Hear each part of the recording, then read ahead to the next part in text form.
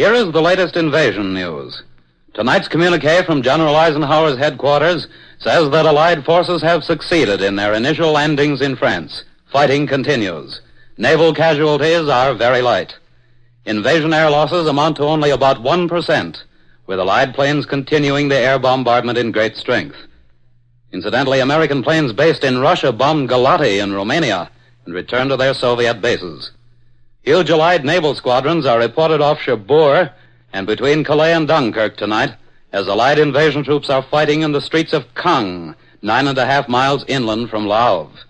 The Nazis say the Allies are improving their positions from the mouth of the Seine River to the Cherbourg Peninsula along a 60-mile front. Another beachhead is at the mouth of the Vire River, 40 miles west of Caen. That's the news to this moment.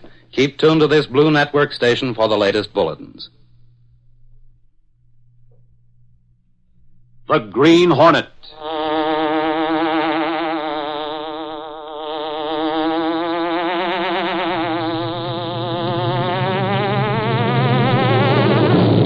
He hunts the biggest of all game, public enemies who try to destroy our America.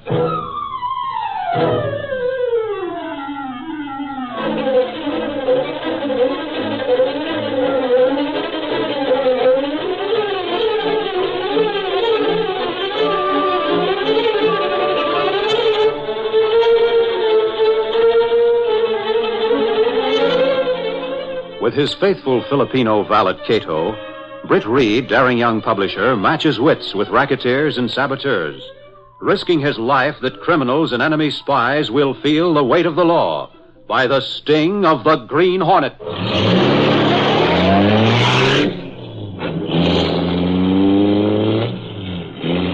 Ride with Britt Reed in the thrilling adventure, Code for Sabotage. The Green Hornet strikes again.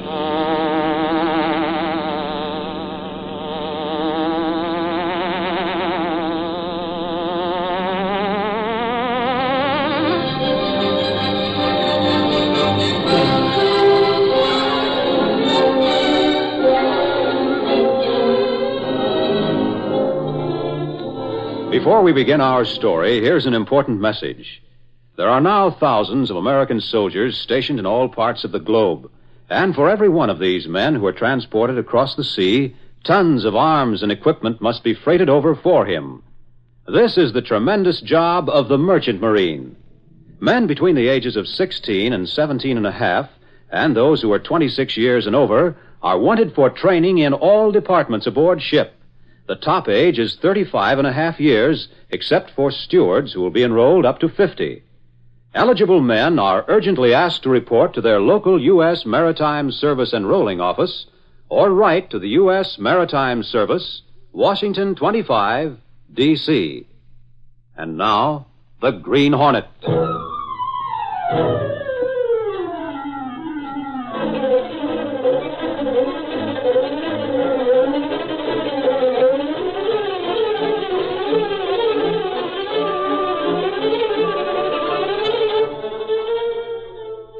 Ed Lowry, reporter on the Daily Sentinel newspaper, was having a late lunch in a little restaurant near the Sentinel building. His attention was drawn to a man who, walking to one of the booths, handed a slip of paper to the blonde youth who sat there alone. The blonde youth looked at the paper and nodded. And then, without speaking, the first man left the restaurant. As Lowry watched, the youth seemingly put the paper into his coat pocket. But as he rose to leave a few minutes later, Lowry saw that the paper had fallen to the floor. Guess he doesn't know he dropped that paper. Maybe I'd better get it and go after him. Might be something important.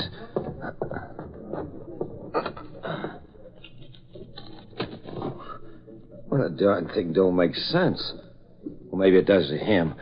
I'd better hurry or I won't catch him. Hey, Bud, you didn't pay me yet. Well, take it out of that and keep the change. Okay.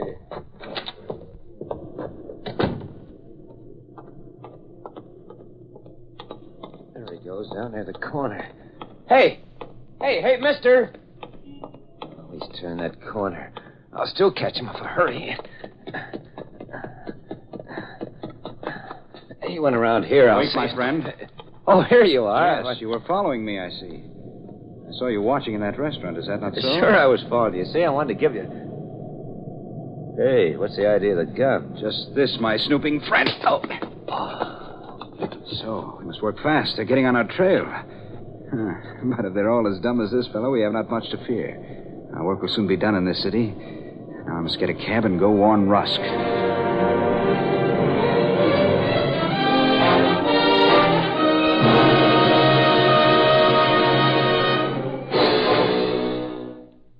A short time later, Lowry, who'd been helped into the Sentinel office by a passerby, was resting on a couch in the office of Britt Reed, young publisher of the Daily Sentinel. Well, Lowry, how do you feel now? I'm all right, Chief. The guy hit me only a glancing blow, but it knocked me out for the minute. Maybe you can tell me now what it was all about. Well, that's the funny part of it, Chief. I don't know. You don't know? No. Somebody slipped that guy a paper in the restaurant. He meant to put it into his pocket, but he dropped it. And then he went out. And I picked it up and ran after him to give it to him, and as I came around the corner, he was waiting for me with the gun in his hand. Then he conked me. That's strange. Where's the paper? Did you give it back to him? No. I didn't have a chance. I got it here someplace. Yeah, here it is. Letters and figures all jumbled up. Well, this doesn't make sense, Lowry. Yeah, I know. Do you mind if I keep this paper for a while? The less I see of it, the better. Good. Now, you'd better go on down to the men's smoking lounge and rest for a while. Well, I'm okay now, Chief. I'm going around the corner of that restaurant again and get a cup of coffee. Whew, got a little headache from that banging around. Boy, good thing I started to duck when he swung at me. Well, I'll be back soon, Chief. All right, Lowry. This time, be careful when you go around corners. I'll keep my eyes open. Don't you worry. If this stuff on the paper has any meaning, I'd certainly like to know what it is. Evidently, Lowry ran onto something, and this has a lot to do with it. Yes, sir. It sure looks like a very interesting puzzle. Very interesting.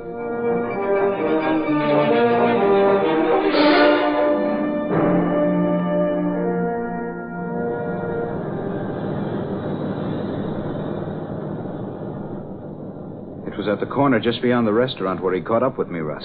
You were stupid not to have searched him before you left the scene. We must get that paper back. If it reached the hands of someone smart enough to decode it, all our plans would be spoiled. No doubt he will think it is nothing of value and will throw it away. Perhaps that man you struck down has been taken to a hospital, Hans. No, I do not think so. I drove by there in the cab a few minutes later and saw someone helping him into a nearby building. The Sentinel building, I think it was. Well, we must think of some way to find him. It was not very long ago that you had your encounter with him. I was certain he was of the police. You should have made certain of his identity. He's not always... Wait, slow down. What is it? Luck is with us, Rusk. See? That man who just came out of that building? Well, that's the Sentinel building. Is that the man? Yes, it's he. Good. We'll draw near to the curb. Get your gun ready. As soon as I stop, force him into the car. We'll stop now.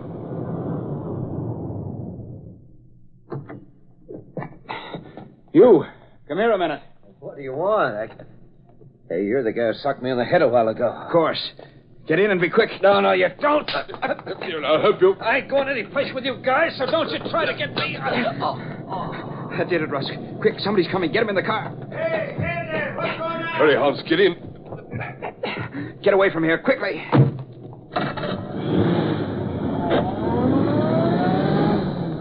Hey, come back. Hey! Glory be, that was Ed Lowry they took in that car. I gotta go tell Reed, quick.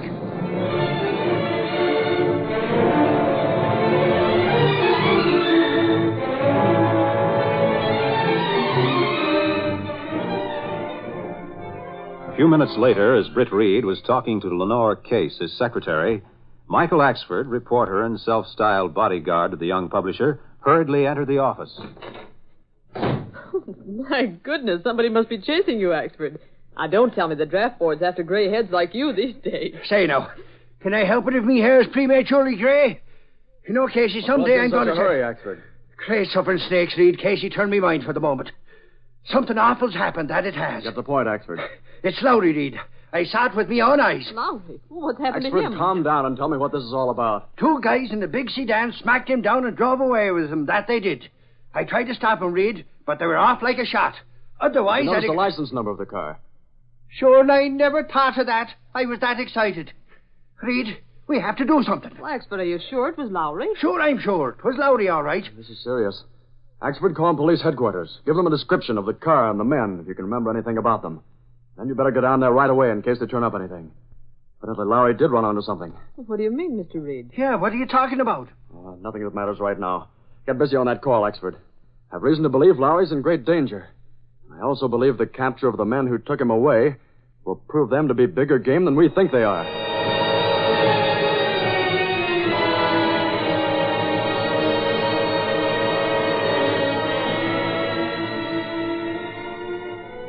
As dusk settled over the city, Axford sat in the press room at police headquarters talking to Sergeant Burke. Say, Sarge, we ought to have heard something by this time.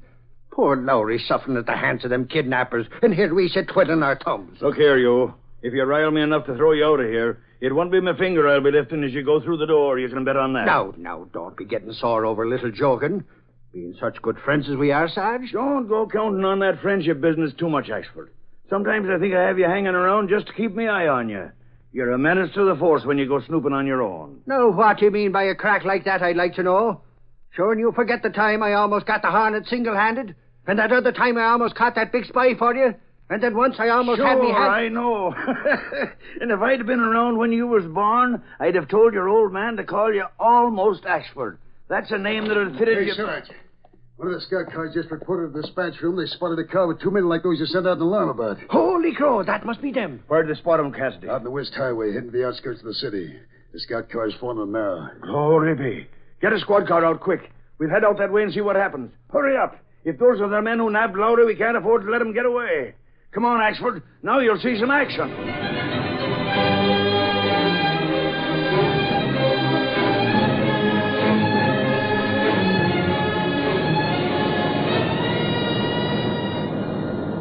Scout car's drawing closer, Hans. A fine mess you've gotten us into by brewing trouble with that reporter. How would I know he was a reporter? You were the one who insisted we go back and pick him up, Rusk. Now that a search of his pockets has shown he's a Sentinel reporter, you try to put the blame on me. When Underdog finds out, we'll both be in trouble. Never mind that now. We must get rid of those police in that scout car. Yes, they're gaining on us fast. So, they're shooting at our tires. Well, two can play at that game. Get in the back and take the machine gun. I'll slow down quickly, then let them have it. Good. Why don't you get rid of them in a hurry? It's a good thing this reporter's bound and gagged. Might interfere otherwise. I'm going to slow down now, so get ready. Wait until I get quite close. I'm ready. All right. Shoot, Hans, shoot!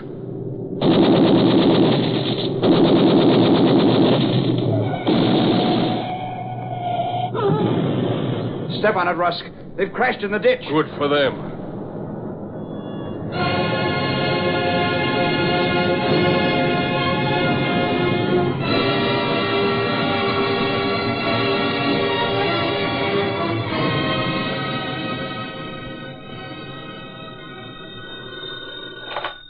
Hello? This is Axford, Reed. The cops spotted them guys who snatched Lowry. Good. Oh, it isn't so good, Reed. They ditched the scout car that was following them. That's bad. Oh, it isn't so bad at that, though. Nobody was hurt and they got a line on what they were looking for. Well, that's good, but I wonder if It wasn't so good, though, Reed. Because the guys were heading away from the city and I... Now, wait a minute, Axford. Let's get together here. Where were they heading? Out the West Highway, going like 60, that they were. I guess they have Lowry with them. Are the police sure they were following the right man? It must be them, all right. They shot at the scout car with a machine gun. Reed, I'm telling you they're bad ones, that they are. I'm afraid you're right, Axford. Well, you stick with the police and keep me posted. That I will, Reed. You can count on me. If anything new turns up, I'll call you again. So long for now. Goodbye, Axford. Evidently things are moving too fast for the police. Must be some way to get a line on those men. Let's see, that paper Lowry gave me. I could only make something out of that. J335-90E-. It must be a code. Those letters and figures between dashes must be words. There's quite a few words, evidently. But I'm afraid by the time this can be decoded, it may be too late. I could only find a key to the solution some way. Here are those letters, Mr. Reed. If you want to sign them now, I'll get them out. Now, just lay them here on my desk, Miss Case. I'll read them through first. I may want to make a few changes before they go out. All right. Uh-oh, there's a correction to be made in that top letter. I should have noticed that before I brought it in. What's wrong with it? Right there, see? I must have struck the wrong key on my typewriter by mistake. That's supposed to be an E. Oh, yes. Well, it won't take you but a minute to... Wait. What's the matter? Oh, nothing. Nothing at all. On second thought, go ahead home. You can correct that in the morning. It isn't very important. Well, just as you say, Mr. Reed. I'll leave these on your desk before I go home. All right. Good night, Mr. Reed. Good night, Miss Case. So that was supposed to be an E, Miss Case doesn't know it, but that may turn out to be the most helpful mistake she ever made in her life.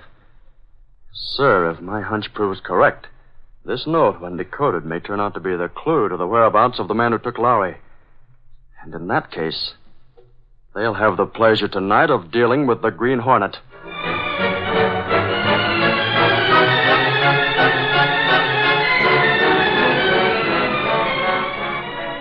We'll continue our story in just a moment. There are 3 things that every housewife should remember and follow. To start off with, none of us should waste food. Leftovers can be dressed up and served over again in tasty dishes. Secondly, we should use abundant seasonal foods. Right now, there are temporary abundances in a great many foods. But temporary big stocks are just what the word implies, temporary. Food waste can be reduced if we purchase perishable foods when they're most plentiful. The third way to help stretch our food supply is to do all the home canning we possibly can. The foods that are plentiful right now won't be abundant a few months from now. By following these rules, we're making it possible to send more food to our fighting men and allies overseas. And we're helping food fight for freedom. And now, back to our story.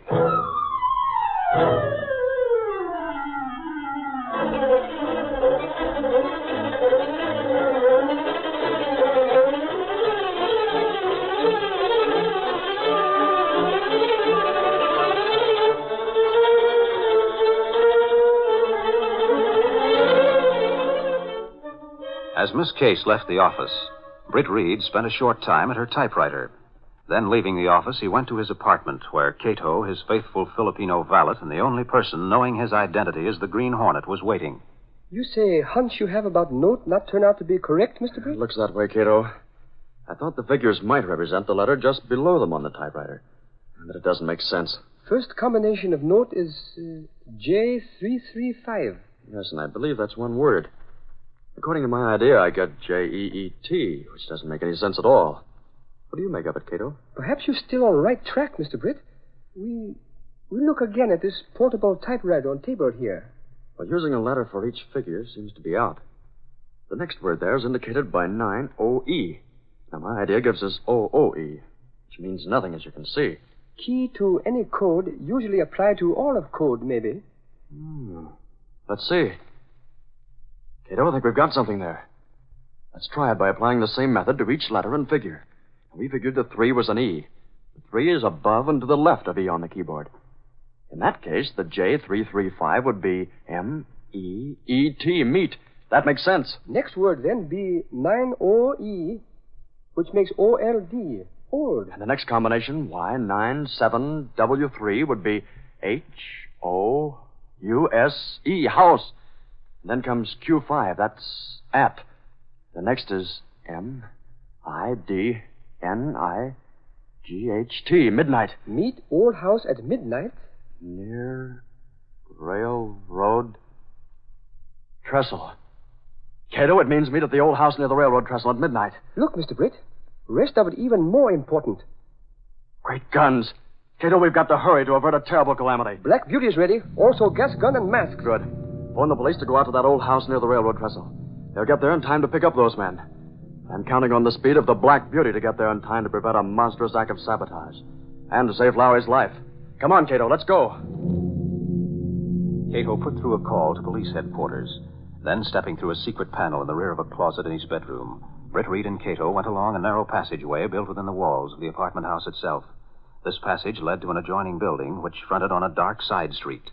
Though supposedly abandoned, this building served as the hiding place for the sleek, superpowered Black Beauty, streamlined car of the Green Hornet. Britt Reed pressed a button. The great car roared into life. A section of the wall in front raised automatically, then closed as the gleaming Black Beauty sped into the darkness.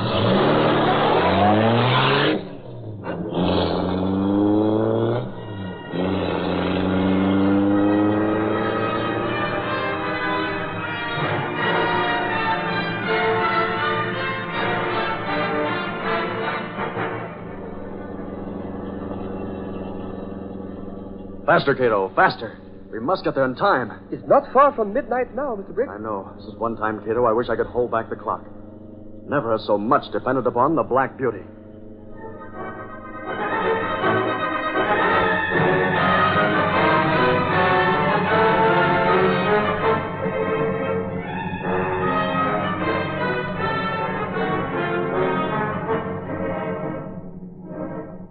Meantime, Lowry, tied hand and foot, lay on a cot in a room of the old house near the railroad trestle. He was no longer gagged, and the three men in the room listened in amusement as he gave voice to his thoughts. You guys have really done what you said you did, and you're the dirtiest skunks I've ever come across. I'll see you get what's coming to you if it takes a lifetime. Listen to him, my friends. Isn't he amusing? He doesn't know that we're letting him live only long enough to watch him squirm when the big moment comes. Let him talk. Midnight before long, and then it'll happen. After that, we'll eliminate him and be on our way. That's what he gets for snooping. See, Andana, your concern about the lost code message was needless. Even had he given it to someone, they wouldn't have had time to decode it. Nevertheless, Hans, in the future you must be more careful, or you will find your usefulness has come to an unpleasant end. This is no time to threaten me, Andana. I've done my part well. Cut that out. If I wasn't tied up like this, I'd strangle each one of you rats if I died in the attempt. You will die without the attempt, my friend. But before we send you on your merry way, we do want you to learn that our work has been successful. It is almost midnight. Soon it will be over. Soon your whole country will be shaken with terror. A terror of our creation.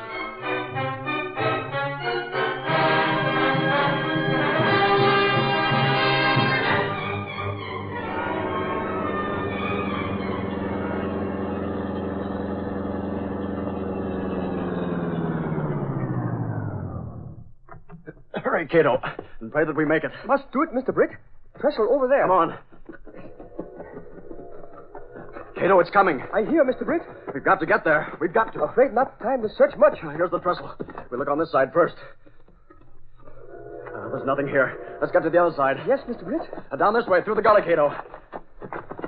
We've got to make it, Cato. Not think of failure when success still possible, Mr. Britt. Thanks, Cato. That's good advice. Here we are. That's almost here. It gets here before we find what we're after. We'll not be here anymore, Mr. Britt. I know. Search, Cato. Search. Mr. Britt, quick. That's it, Cato. A time bomb. It's wired on. Pull it loose. We've got to, quick. I pull it hard. It's coming loose. Go off soon. Oh, there it's loose. But it's due to go off right about now.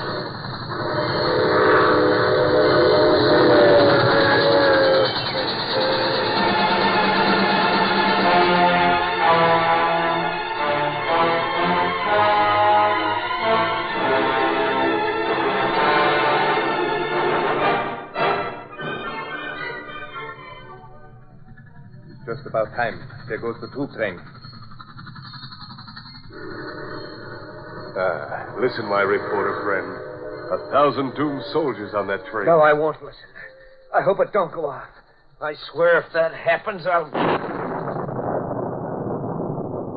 Success. It is done. What a wonderful sound it made. It will be heard around the world. Oh, no. Well, you dirty Nazi rats. All those poor kids out there. I'll... Listen. But it can't be. We heard the bomb go off. How can the train still go on? Thank you. Fool. Something has gone wrong. You set the bomb wrong so that it went off too late. But that could not be. It's not possible that we failed. Sure you did, you crazy Nazi dope. The troop train got through safely after all. It is you who are to blame for that. I'll pay you back for that someday. You Nazis are doomed to failure on all fronts. You're a bunch of dopey rattlesnakes. I've had enough from you. Oh. Hans, control yourself. Now you've knocked him senseless. What does it matter? We must eliminate him in advance and get away from here before they investigate that explosion. Shoot him, Hans. With pleasure. Oh, no, you don't, Nazi. Him and the masked man. The Green Hornet. That notorious criminal, huh? I'll use this on him first. What you think, Rat? Now, miss me. Drop that gun. Even without that gun, I'm a match for such as you. I'll Take it, Super Nazi. Gas. Do something, Rescue. Come, we'll rush this crook together under Get him, we must. 1 for 1. Much better fight than 2 for 1, yes? Big man talk big, fight little. Here's a bit of gas for you, big boy. No, I think, comrades, I give up. I won't be disgraced. This is too good for you. Here. Gas this unlocked. Please, no gas for this one. Stock him good. Perhaps like this, maybe. Yes, just like that. Good work out, wasn't it, Tato? There's the police. They can take these rats in. Oh, Lowry, come to plenty soon. Yes, and he mustn't see me here. He might recognize me. He'll be a witness against those spies. Come on, Tato, let's go. Here's where the shooting came from, all right. Sure. And look, Sarge, there's Lowry on that cot. Lowry. Hey, Lowry. Who is it? Where are you? You're safe enough now, Lowry. We'll soon have you out of here. Oh, gee, Sarge. You just came in time. These spies are going to kill me. Oh, where are they? Have they got... Oh, you knocked them all out, I see. That's a good one, Lowry. Sarge didn't get in here till they were all knocked out for him just like that. I suppose you came in first and did it, huh, Axel? You know I was with you all the time, Sarge. At least you admit you had nothing to do with them. But somebody laid them out like that. Well, whoever was sure is my friend for life. Those guys are nuts. They planted a bomb with a trestle out there to blow up a troop train, but the thing went off just a little too late. There was an explosion, all right, Lowry, but it was down the gully a ways. Didn't hurt the trestle none. We went over there to investigate before we came up to this old house. Something went wrong someplace. But whatever it was, I'm glad of it. Hey, why don't one of you guys cut these cords instead of standing there yapping? Cut them cords, Axel. What's the matter with you? Sure. I was so glad to see Lowry, I didn't think... As usual, Axel.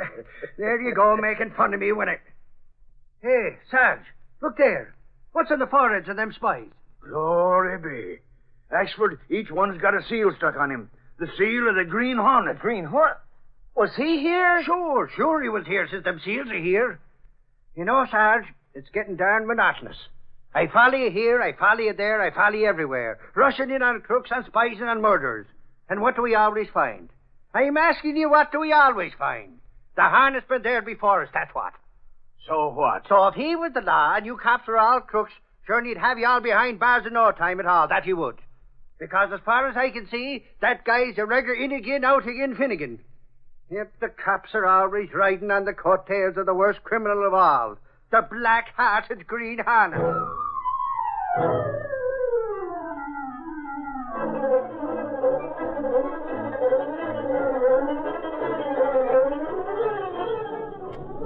Let's select me, take bomb! Sabotage of troop train failed! Firing! Top Green Hornet implicated! Read all about it! Green Hornet still inside! Let's select me, take bomb!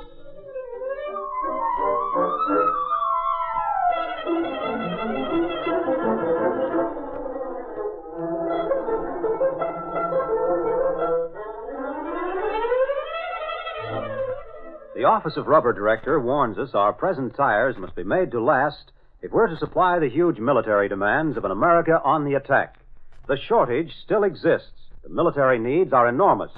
The one way to keep America's vitally needed civilian cars on war duty and at the same time supply the rubber needs of our armed forces is through strict tire conservation. Tires must be made to last for many months to come, so make sure that you drive only when necessary. And always keep under 35 miles per hour. Guard every mile of service left in your tires and have them recapped just as soon as the tread is worn smooth. America's rubber-borne transport must be kept rolling. Do your part by conserving your tires. Be sure to listen to the Green Hornet next week at this same time.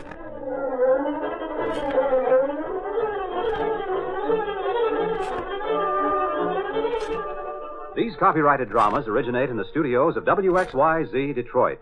All characters, names, places, and incidents are fictitious. Bob Hite speaking. This is the Blue Network.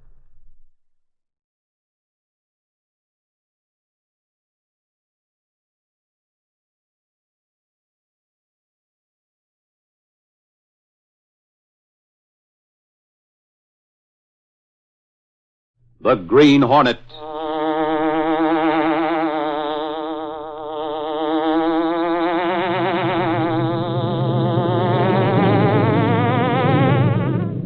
He hunts the biggest of all game, public enemies who try to destroy our America.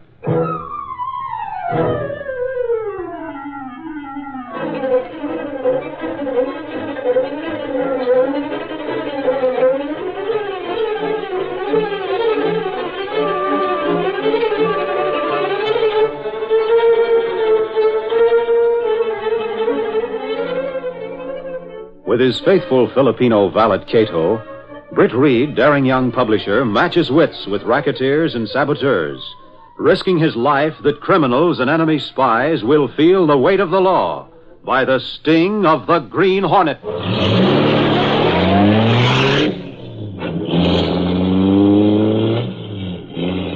Ride with Britt Reed in the thrilling adventure, Circumstances Alter Cases.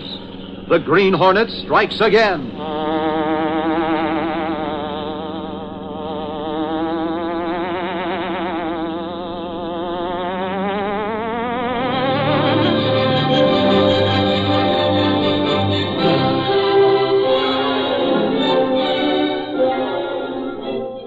Before we begin our story, here's an important message. America's greatest offensive is on, and America's fighters are in it. They're plastering Fortress Europe and blasting away at the Japs. And we at home, to back them up, are in the midst of America's fifth and greatest war loan. Yes, to back up that mighty offensive, Americans at home are buying more war bonds than ever before. Friends, this is the year that counts. To help swing the balance to victory, Uncle Sam asks you to buy double the extra war bonds you bought last time in this, the fifth war loan drive. Let's show our fighting men we're in the fight with them. Let's all back the attack. And now, the Green Hornet.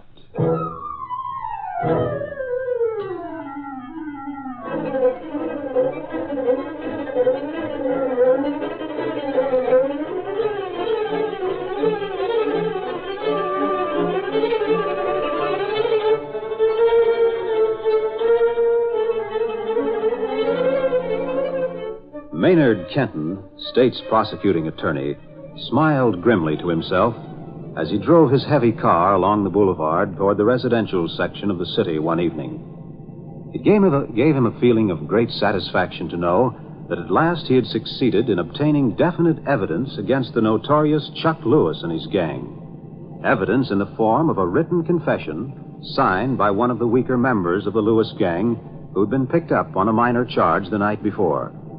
This confession, which even now reposed in the safe at Kenton's office, would restore the public's confidence in him and be the means of putting Lewis and his henchmen behind bars once and for all.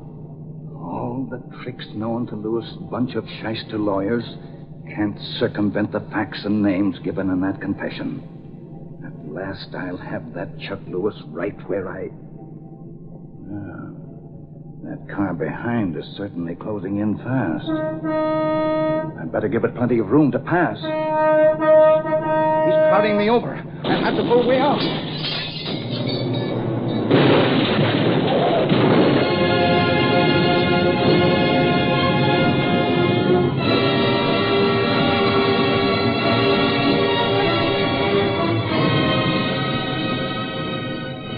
Later that evening, in his apartment on Lake Avenue, Chuck Lewis, big-time racketeer, was talking to Mopey, one of his gunmen. You guys are getting in my hair the way you're messing up everything I sent you out to do lately. How come you didn't make sure that Kent was done for? Oh, we done our best, Chuck, honest. We give him the works just like you told us to. But that clock must have a rabbit's foot or something. Even if machine gun slugs did miss him, you should have seen that car his crash. Looked like nobody could live through that. Yeah, well, according to the paper there, he got through it with nothing but minor cuts and bruises. Why didn't you stop and make sure he was out for good? Oh, there was other cars coming, Chuck. We couldn't take the chance. Holy mackerel, you don't want I should get took in like Slick, do you? Okay, forget it. We're talking about him. Who's him, Chuck? Slick, you dope. Oh. I got a tip off from a stoolie around headquarters that Slick blew his top and signed a confession putting a finger on all of us. Slick done that? Well, what do you know? Yeah, that's why I wanted to get Kenton. With him out of the way, our mouthpiece could beat the rap force in case we didn't get that confession from Kenton's safe. Hey, you gotta do something, Chuck. Maybe we better take it on the lam while we can. Now, look. Chuck Lewis don't run from nobody, see? I got plenty of dough and plenty of fight in me. It's my hard luck to tie up with a bunch of lousy dopes like you and Slick and all. Look, Chuck, if I thought you was insinuating that I'm a no-good or something, I might get sore. And when I get sore, I ain't responsible. Stow that stuff. We gotta think things out. What are you going to do? Well, my mouthpiece went down with a writ of habeas corpus to spring Slick out of the coop. It's your job to see he don't talk no more, see? You mean I should bump him off? What do you think? Yes, it'd be a pleasure. All right, get going. This time, do a good job. Lay for him when he comes out. Be sure not to hit the shyster who's springing him. We may need that guy if we get took to court. Now, get going.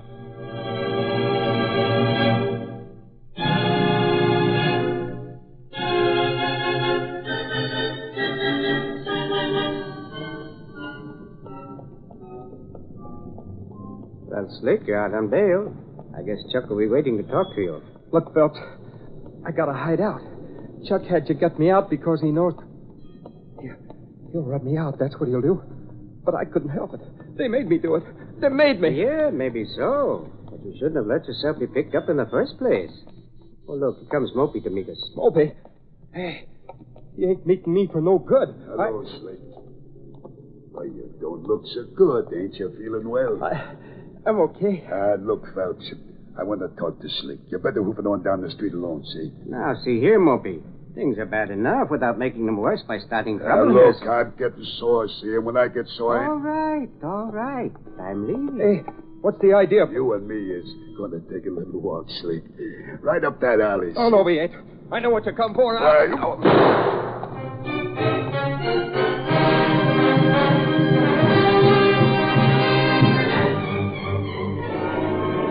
The following morning, Britt Reed, young socialite and publisher of the Daily Sentinel, was in the city room talking to Gunnigan, the city editor.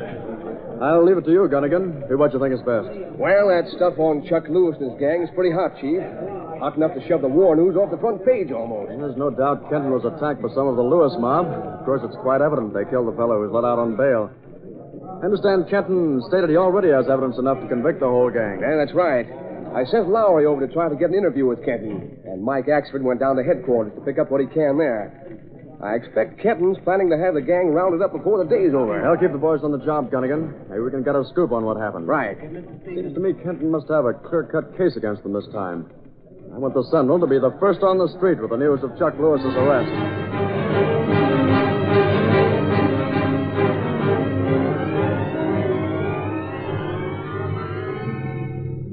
That afternoon, in a large and luxurious gambling house on the west side, the manager approached his private office, where the unknown owner of the establishment was waiting.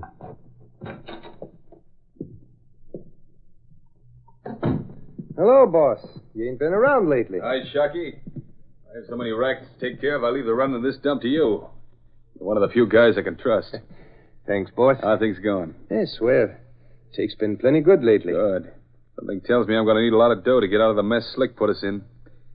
He won't open that yap of his anymore, you can bet on that. Yeah, I heard about him. Yeah, the punk got what he deserved.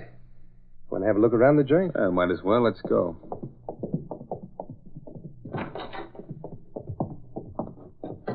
Got a big crowd of suckers here, considering it's afternoon. It looks like the dice table's a favor today. Let's have a look. Snake eyes again. Doggone it. Right luck, fellow. Luck's against you today. Another try to change your luck? No, that's all. You owe the table quite a bit, fella. I know. I'll have to see Sharky. What's the beef? Something wrong? Yeah, boss. I'd like to talk to you in your office, Sharky. It's no use, Kenton. You're in a hole now for several thousand. I won't take any more IOUs from you. But listen, Sharky. Sharky, come here a minute. Wait a second, Kenton. What do you want, Chuck? Didn't I hear you call that young guy by the name of Kenton? Yeah, it's his name, Paul Kenton. Why? Call him over.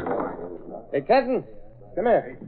You called me, Sharky? Yeah. I want you to Never meet... mind the introductions. You don't know me, and it's better that way. Kenton, huh? That's the name of the state prosecuting attorney.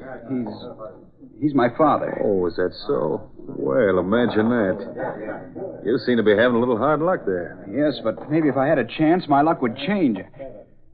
Oh, well. Why don't you give Sharky your IOUs and keep on playing? Huh? Oh, he's in the hole now for enough Oh, so what? He's good for it. Give the kid a break, Sharky. Well, if you say so, but I'm I do telling say you... so. Okay. Go ahead, Ken. Thanks. All I need is a chance to win back what I lost.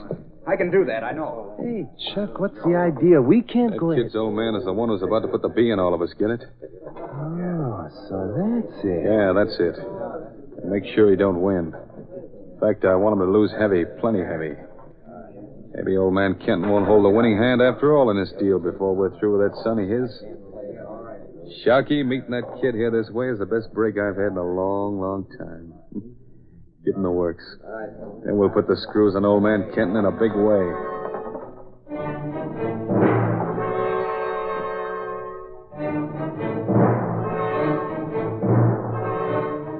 The following morning, Britt Reed, publisher of the Daily Sentinel, was in his office talking to Lowry and Axford, two of his reporters. I called both of you up here because there's something that needs a little explaining. Oh, you mean about the Lewis case, Chief? Yes. Sure, and it's as much of a puzzle to the cops and to us as it is to you, Reed. Gunnigan tells me that yesterday Kenton told you in an interview, Lowry, that he had damning evidence against this Chuck Lewis and his gang. That's right. He did say so. Sure, and down at headquarters, they were all set to pick up the mob whenever Kenton gave them the word. That they were. How can this headline in the Clarion be explained, I wonder? It says Kenton refuses to move against Lewis gang for lack of evidence. Indicates intention to resign from office. Certainly changed overnight. That he did. Maybe they threatened him, Reed. Maynard Kenton isn't a man who's easily frightened, Axford. He's been a tough prosecutor up to now. Well, he was mad as the devil when I talked to him yesterday, Chief. Said he'd see it through if he had to round them all up by himself.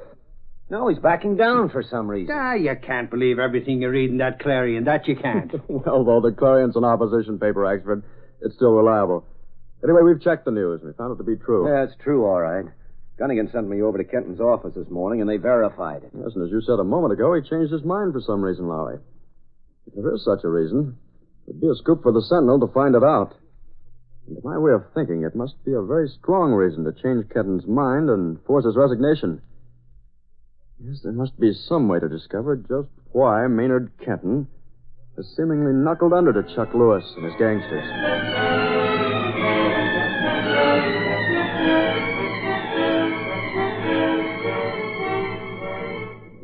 Later that evening, Britt Reed left the Sentinel building and went to his apartment, where Cato, his faithful Filipino valet, and the only person knowing his identity as the Green Hornet, was waiting. You very thoughtful tonight, Mr. Briggs. I'm thinking about Maynard Kenton, Cato. Well, I read about him in the paper. Very strange he not arrest gangsters. Whatever the reason is that made him change his mind, it must have come up since yesterday. Man like him not often scared into changing mind. Last night's paper say he had good evidence against Lewis. That's right. He said so himself. I'd like to discover what made him back down. It's not easy to investigate a state prosecuting attorney except by unusual means, Mr. Britt. You're not throwing out a hint by any chance, are you, Cato? If hint not strong enough, perhaps better to openly suggest... We'll act on your suggestion, Cato. I know you're about to recommend an investigation by the Green Hornet. Black Beauty not been used for several nights. In need of exercise, perhaps. All right, Cato. We'll take the Black Beauty out tonight. Get the mask and gas gun. We need a scoop for the morning edition of the Sentinel. It won't be the first time the Green Hornet has supplied such a scoop, and at the same time seen to it that justice has been served. Come on. We'll make our plans on the way. Stepping through a secret panel in the rear of a closet in his bedroom, Britt Reed and Cato went along a narrow passageway built within the walls of the apartment house itself. This passage led to an adjoining building which fronted on a dark side street. Though supposedly abandoned, this building served as the hiding place for the sleek, superpowered Black Beauty, streamlined car of the Green Hornet. Britt Reed pressed a button. The great car roared into life. A section of the wall in front raised automatically, then closed as the gleaming Black Beauty sped into the darkness.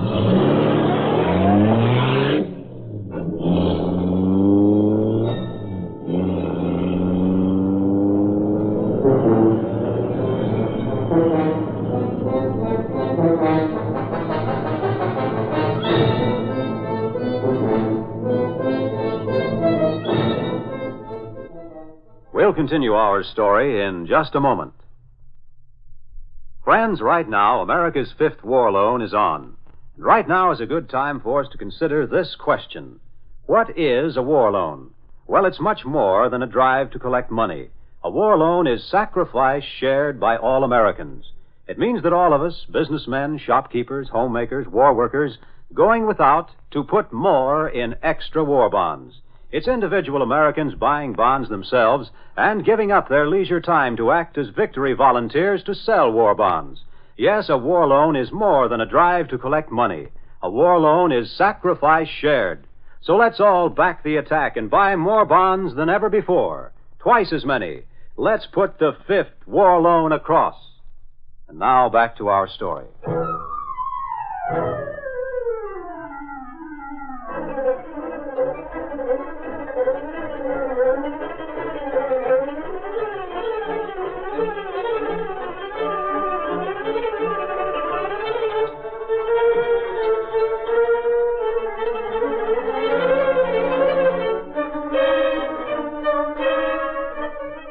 driving the Black Beauty through the streets of the city, Britt Reed and Cato discussed their plans.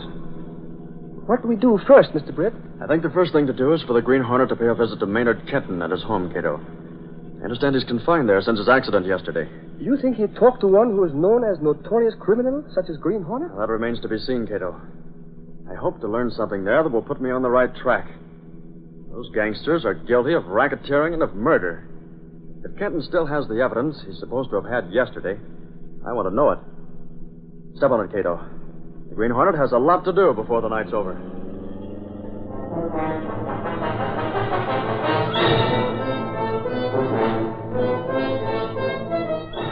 In the meantime, Maynard Kenton rested on the Davenport in the library of his home and was talking to his only son, Paul. The situation has developed into quite a mess, son. Quite a mess indeed. I don't know what to say, Dad. I had no idea Lewis owned that gambling place. I begin to see now that the whole thing was a put-up job. I'm really to blame for going there. No, son, no.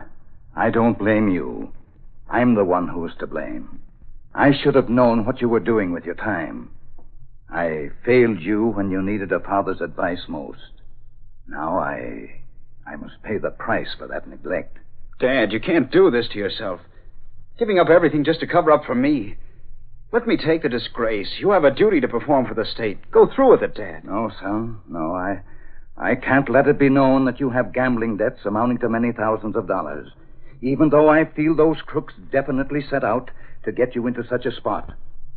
This is the only way. But you had strong evidence against them, Dad. Why not go ahead and use it? Forget about me. Paul, you're all I have. Your future means more to me than mine. I moved that confession from the office safe to a safe deposit box. Then I said it was missing.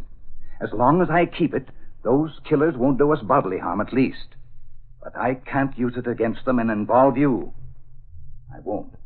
How did you find out, Dad? Well, Lewis sent his lawyer here today. He showed me the IOUs which you signed. Then he took them back to Lewis. If we could get hold of them, all this would be unnecessary. You're resigning it all. Getting them from Lewis would be impossible, son. You'd better forget about that. Well, I've thought of a plan that may work, but... Well, just forget that I said anything, Dad. Don't worry. Paul, if I had it to do over again, you and I would be the best of pals. I guess it's rather late to think about that now. Maybe not, Dad. I'll run along now. See you later. All right, son. I wonder where the boy's going. He was standing near my desk there. I wonder... He spoke of a plan. I look in here and... No, it's gone. My gun is gone. Paul intends to kill Lewis with his own hand.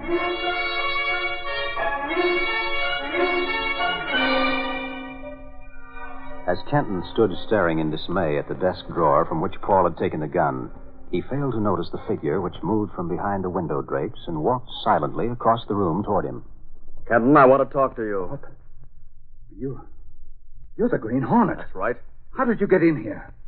How long have you been here? Came in through the window. I've been here long enough to hear what you and your son said. Get out. Get out before I call the police. From what I overheard, you're in the habit of making deals with criminals. Such as the one you made with Lewis. He's made a gambler out of my son. And now Paul's about to become a murderer. What do you mean by that? Paul has taken my gun. He's on his way to hunt down Lewis and kill him. I see. Where's that confession? Oh, so that's why you're here, is it? They sent you so that I can't hold it over their head. Have it your way. I know you put it away. I heard you say so. But we're wasting time. Even now, your son is going into danger. Lewis's gunmen won't give him a chance. They'll kill Paul. But I won't let them, do you hear? I'll send the police. I'll use that evidence against them if it's the last thing I do. And I won't let you stop me. I found out all I wanted to know. If you're going to phone the police, it's time for me to leave. Oh, you want to go on them? I won't let you. You can't hold me. I me. won't let you. Call the police if you intend to, but I'm leaving right now. Come back. Come back. Operator. Get the police quick. Send them to 410 West Drive. It's a gambling den. This is Maynard Kenton. They have my son. Lewis and his gangsters have my son.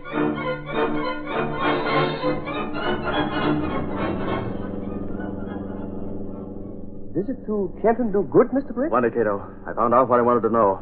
Lewis has a hold over young Paul Kenton. The father was protecting his son from disgrace.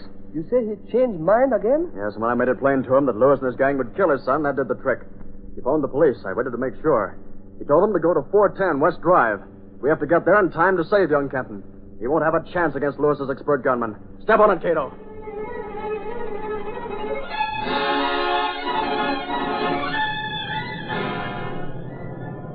So Kenton has changed his mind again, eh, Sarge? Sure. He must have found the missing evidence. And he said something about Lewis and his bunch holding young Kenton. They must have knew the old man was going to move against them. Sure, and I hope they haven't scrammed by the time we get there, Sarge.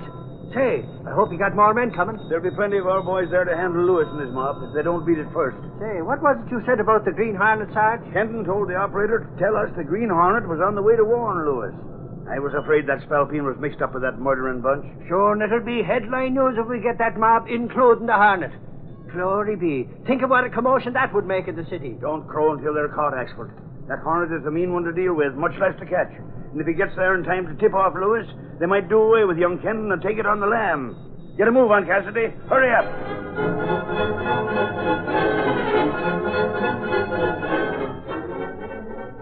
A short time later, Chuck Lewis was sitting at the desk in the office at the gambling house when the door opened. And Sharkey entered, followed by Paul Kenton. Somebody wants to talk to you, Chuck.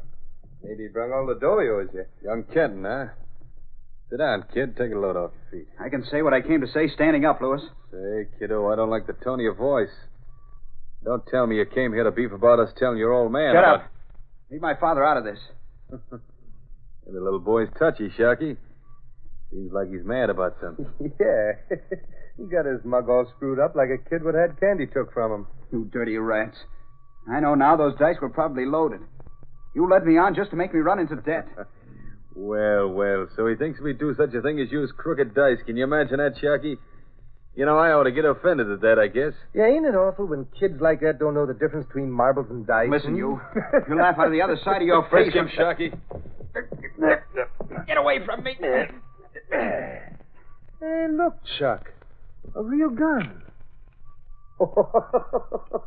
He don't play fair. His gun's loaded, too, just like our dice. Trying to play soldier, huh?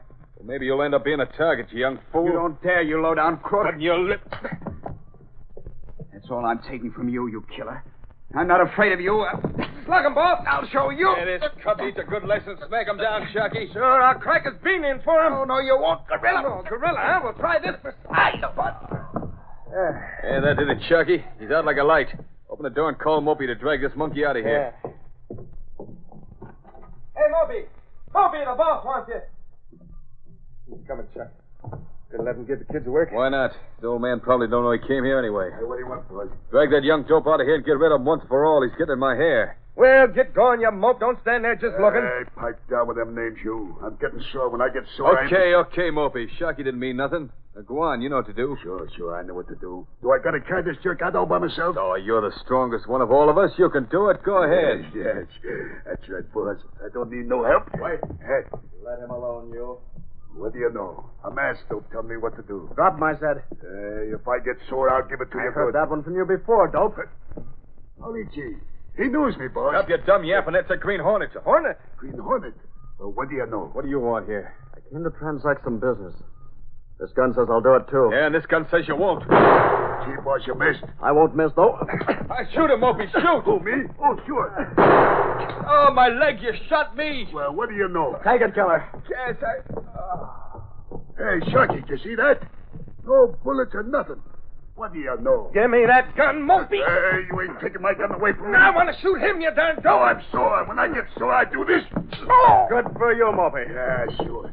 I slug 'em cold when I get sore, just like that. Well, maybe this will get you over that being sore. Now, wait a minute. Gosh, what do you know? Gosh, I'll find those IOUs before the police come. Here they are. I'll just take them along and have Cato mail them to young Kenton's father. With that evidence he has, together with these IOUs, he can move against this gang without any worries. Well, the police are coming now. They can take young Kenton home.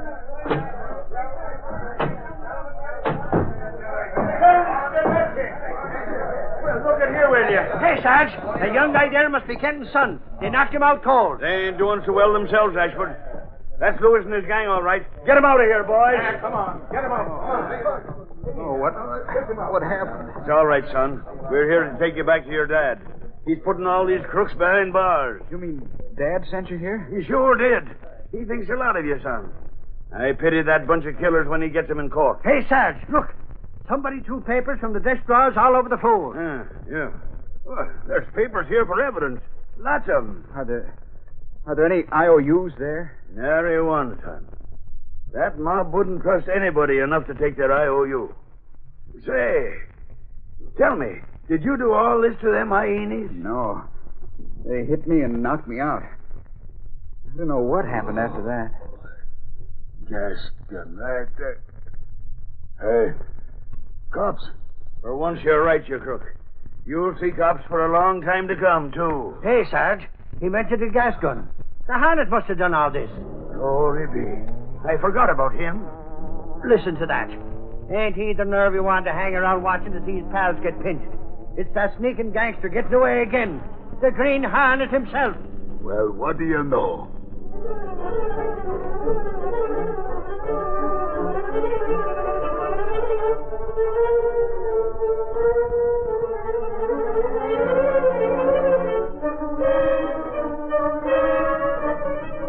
That's the victory paper! Kenton convicts Lewis gang for murder. Green Hornet implicated. Read all about it. Green Hornet still at large. That's the victory paper!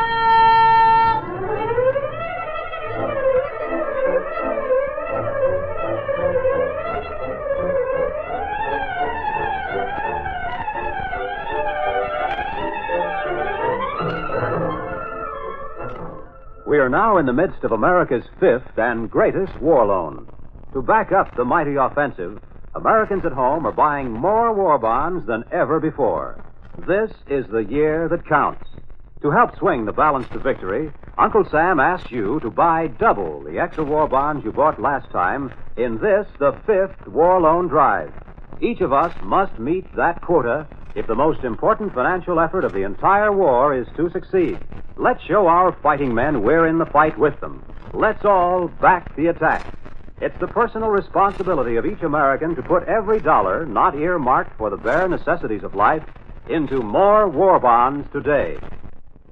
Be sure to listen to the Green Hornet next week at this same time.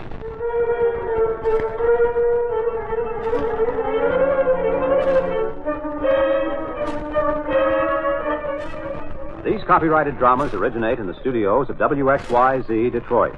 All characters, names, places, and incidents are fictitious. Bob Height speaking. This is the Blue Network.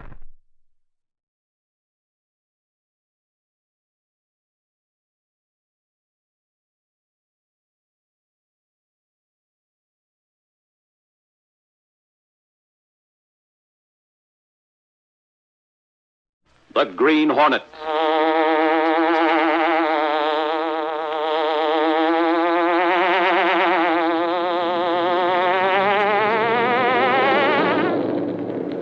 He hunts the biggest of all game, public enemies who try to destroy our America.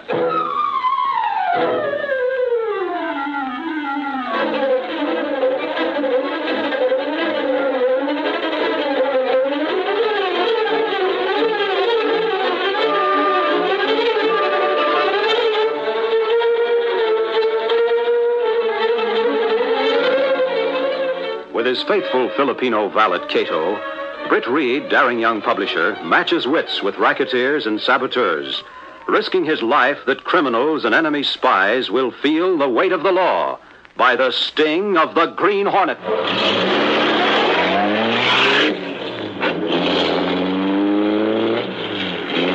Ride with Britt Reed in the thrilling adventure, Paroled for Revenge. The Green Hornet strikes again.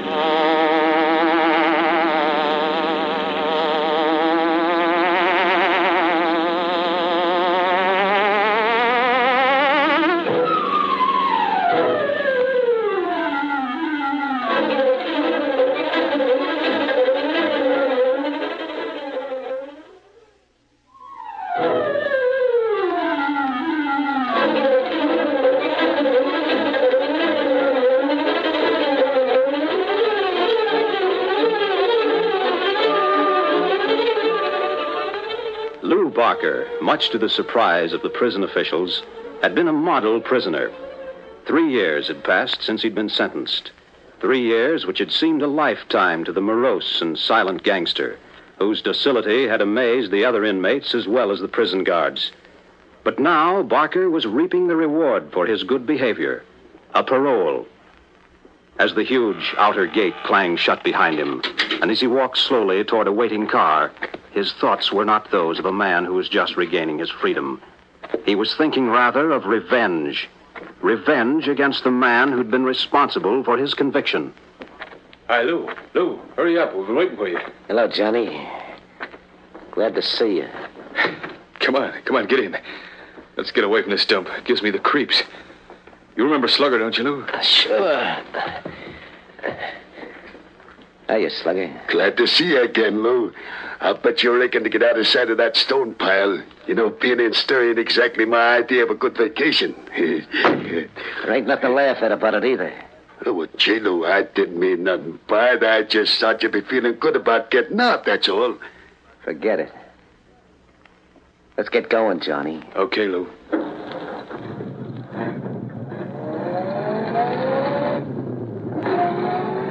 Got any plans, Lou?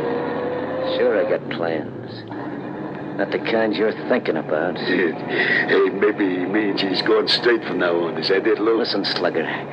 You have a way of slapping those lips of yours around a little too careless-like. I ain't in the mood for any wisecracks. Oh, take it easy, Lou. That's just his way.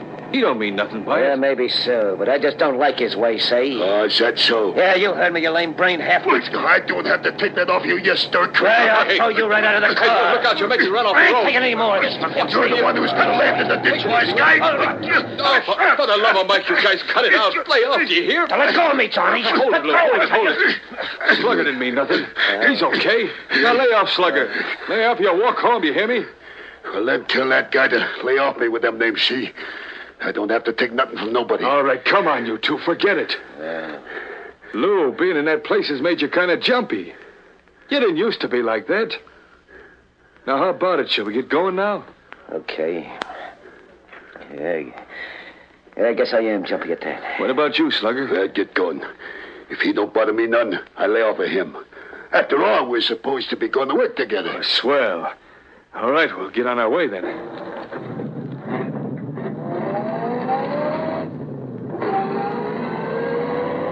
I did a lot of thinking when I was stuck in the pen, Johnny. I'm thinking about just one thing I gotta do. I guess I'm kind of dumb, Lou. I don't get what you're driving at. What were you thinking? About getting the guy who threw the hooks into me and got me son up. That's what I'm gonna do. With the help of you guys, Johnny, I'm out to put the finger on that high society gent, the publisher of the Daily Sentinel, Mr. Britt Reed himself. The following afternoon, Britt Reed, well-known man about town and young publisher of the Daily Sentinel, was walking toward the Sentinel building when he met Michael Axford, his would-be bodyguard and self-appointed reporter. Where have you been, Axford? Just around the corner, Reed, to get a bit of coffee for Casey. I thought you were a reporter, not an errand boy for my secretary, Miss Case. Sure, and you wouldn't have me turn Casey down when she's dying for a sip of coffee, would you? Well, since you put it that way, I guess... Down, Axford, down! Heaven preserve! Oh, that was a close shave. Oh... Hey, what's been they got, all right? Axford, are you badly hurt? Get up for somebody. Home for an ambulance. Hurry up. What's it all about? Oh, Axford, speak to me. I guess they got me, Reed.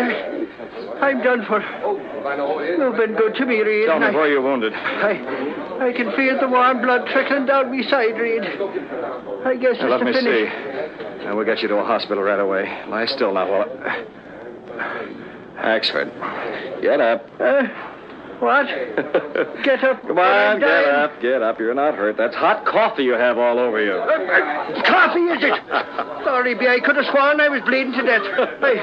I guess I'm not hurt after all. Of course you're not hurt. Listen to them hyenas laughing. I suppose they're disappointed, that they are. Never mind that, Axford. Come on, let's get inside. Those killers may be back. Maybe there's some way we can find out what this is all about. The sooner, the better.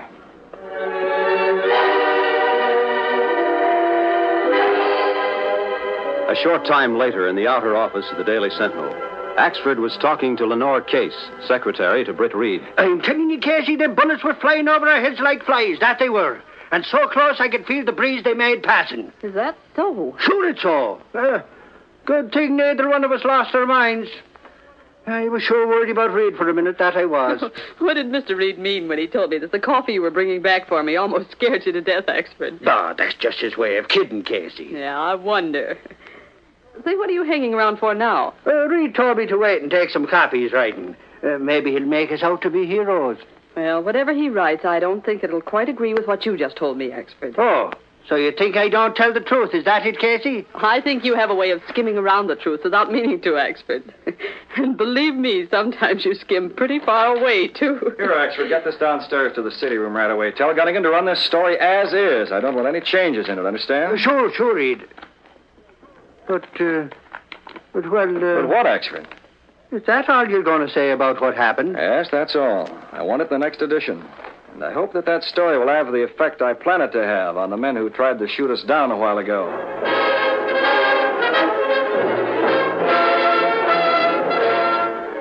Later that evening, Lou Barker was talking to Johnny and Slugger in a hideout room down in a poorer section of the city. Yeah, you dopes ain't worthwhile bothering about.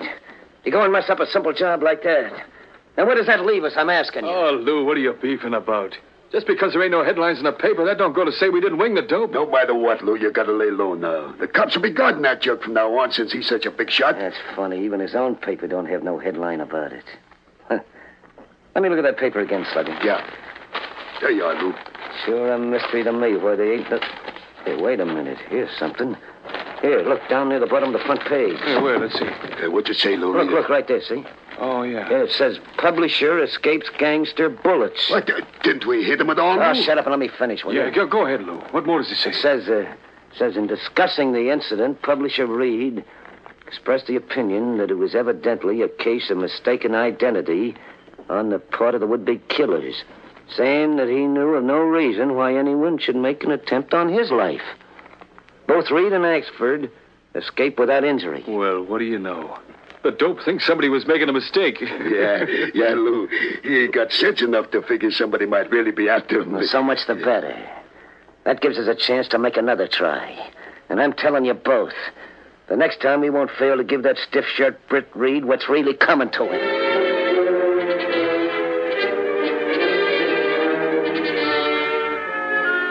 That night, Reed arrived at his apartment where Cato, his faithful Filipino valet, and the only person knowing his identity as the Green Hornet, was waiting. It's very dangerous for you to go about alone, Mr. Britt.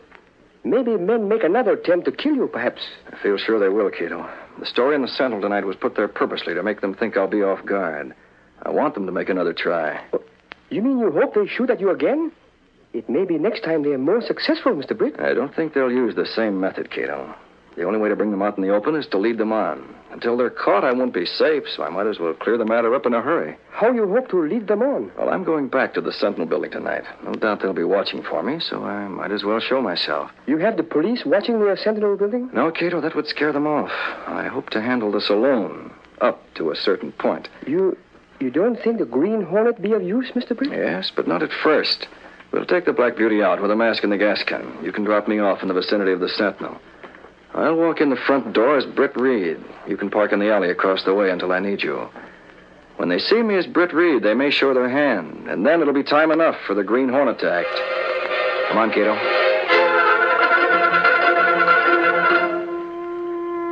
Stepping through a secret panel in the rear of a closet in his bedroom, Britt Reed and Cato went along a narrow passageway built within the walls of the apartment house itself. This passage led to an adjoining building which fronted on a dark side street. Though supposedly abandoned, this building served as the hiding place for the sleek, superpowered Black Beauty, streamlined car of the Green Hornet. Britt Reed pressed a button. The great car roared into life. A section of the wall in front raised automatically, then closed as the gleaming Black Beauty sped into the darkness.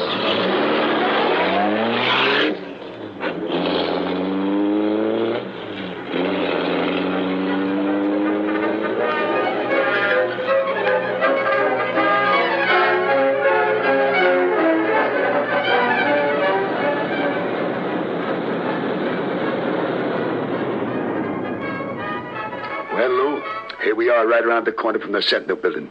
What do we do now? You stay here in the car. Johnny, you go across the street from the front of the building and watch from there.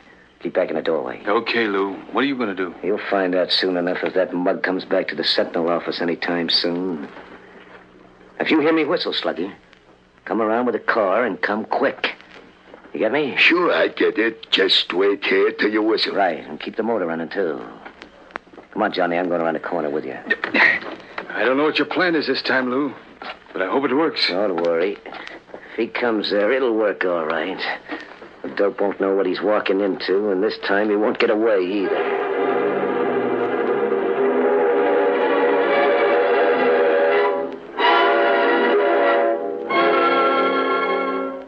Leaving Cato in the Black Beauty, parked in an alley near the Sentinel building, Britt Reed walked openly toward the entrance of the building. If I'm not mistaken, there's someone across the street in the shadow of that doorway. I'll step inside the lobby of the building and then do a little watching myself. It's dim in this lobby at night. I'll see now what that fellow across the way does. He can't see me watching him. He's crossing over this way.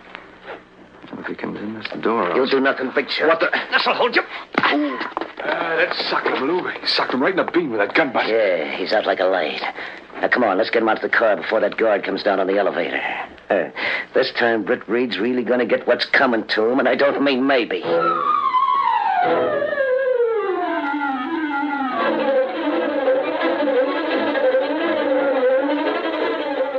We'll continue our story in just a moment.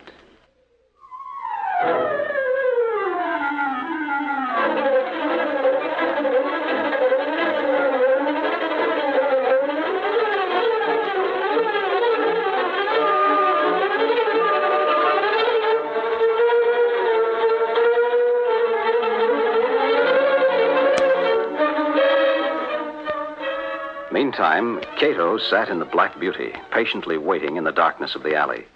Suddenly, he was startled by hearing a shrill whistle out on the deserted street. Oh, that sound like signal whistle. Come from out on the street. I go up the alley, take a look. Soon be able to see who makes whistling. Sedan pull away from in front of the Sentinel building. I stay out of sight. They come past here.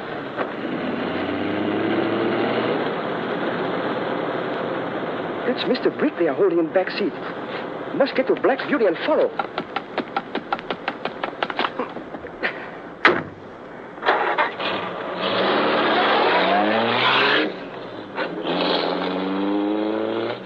Something going wrong. Mr. Britt. Must find you before it's too late. I find you somehow. I get to you, Mr. Britt.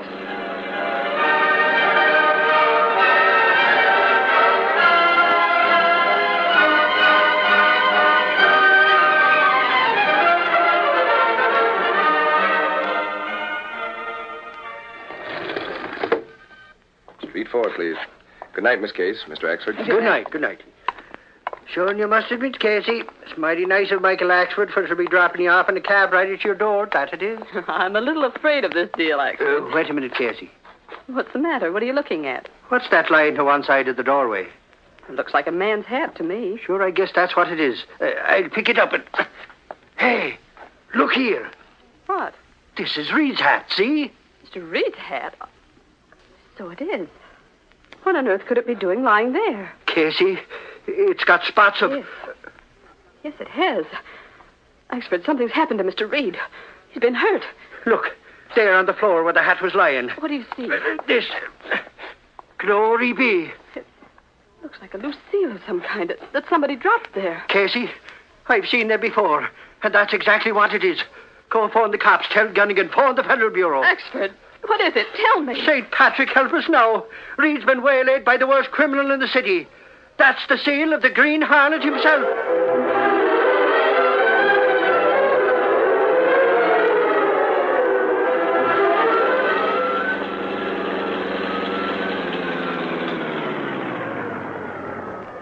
I follow car to this street, but not in sight now. Maybe one of cars parked on street be same car. So sorry I not get close enough to read number. Must do something. I get out and look at cars on street. Maybe somehow tell if I find the right one. If not find the clue soon, perhaps it's too late to be of help. Must not be too late. Mr. Britt, must not. Wearing the mask he usually wore when riding with the Green Hornet, Cato moved quickly and silently from car to car along the dark, deserted street. After playing his flashlight over a sedan, which was parked near the corner, he was about to leave when something caught his eye. Oh, think I see something on outside of back door. Yes, Mr. Britt smart. He leave clue for Cato. Seal of Green Hornet pressed on door of car. Good thing Mr. Britt think to carry some in secret pocket of coat. First, must disconnect wire so car not start easy. Now. So. Now to look for other seals on doorway of some building nearby, perhaps. Gangsters not know they have Wildcat by tail when they kidnap Mr. Britt. They may be discovered too late they are dealing with Green Hornet.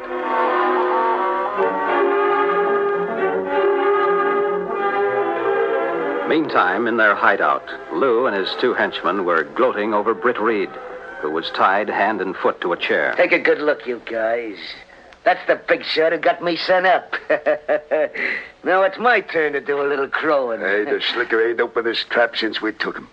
What's the matter? Is he deaf and dumb? No, only dumb, maybe. Yeah, that's a sadie mugger do a lot of yelling and squirming before I'm through with him. Maybe we won't hear him talk, but no one else will ever hear him talk again either. Oh, why don't you get it over with, Lou, and let's get clear out of this point. You act like a dopey school kid gloating over that stuff, That's a trap. You give the same as he's going to get you punched off him. Hey, Lou. Hey, they got an extra out. Hey, I'll get down and get one, Johnny. All right, go ahead, but be careful you ain't seen. I'll be back in a minute. Come on, Johnny. Let's leave this close-mouthed punk and go into the next room for a while. Okay, Lou, but you better get rid of him soon. Longer he waits, the more he'll worry. We'll be back, big shot. And when we do come back, that's when you pass out. For good.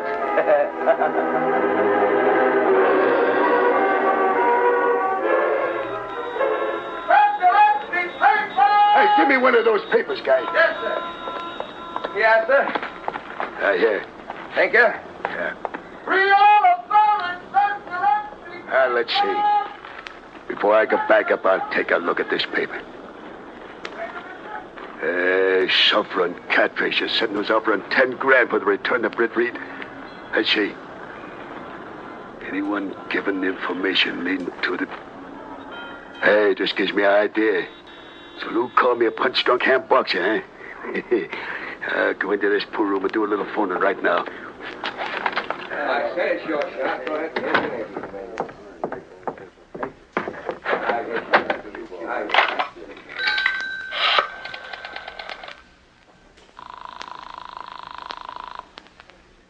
May I help you?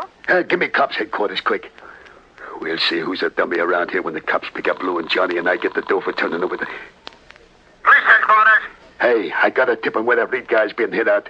Do I collect the dough if I let you know where he is? Sure. Where is he? What do you know about him? Who are you? Don't bust a button, copper. Now listen close. Come down to the corner of West Street and... So that's it. Hang up that phone, you squealing rat. Sure, Lou. I had a hunch about that extra, so I come down to see what you were up to. Don't use that gun, Lou. I ain't using it yet, not here. Now, come on, get moving back upstairs and be quick about it.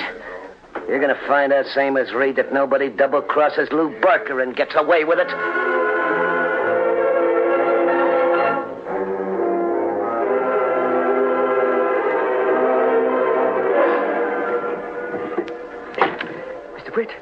Mr. Britt. Hey, I knew you'd get here sooner or later. You're very smart. Leave clues for me to follow. Find seal on doorway below. Come up fire escape. Those gangsters are in the next room. Get me loose, Cato, quick. And don't cut the cords, untie them. I bring Hornet mask and gas gun. Also bring Green Hornet top coat and hat, Mr. Britt. Think maybe you need them. Yes, I have a plan, Cato. With that coat and hat on, they won't recognize my clothes when they see me as the Hornet. But perhaps they recognize hearing you talk, maybe. No, I haven't spoken a word since they waylaid me. They don't know the sound of Britt Reed's voice. You're very smart, Mr. Reed. What you do now? You come on out in the fire escape with me. I'll tell you exactly what I'm going to do. Lou Barker and his cronies are in for a big surprise.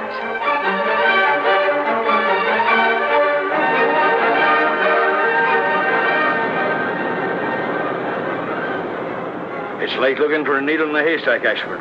Drat the guy. If he'd only told me which corner on West Street. I get the jitters just cruising along like this with Reed in the hands of that sneaking Hornet. Well, what do you expect me to do? Run up and down West Street yelling, come out, wherever you are, like a bunch of kids playing hide. Stop the car, Cassidy. What's the matter, Sarge? Look, moving along that fire escape. Holy crow! It looks like the Green Hornet himself. Sure, and another guy with him. Come on.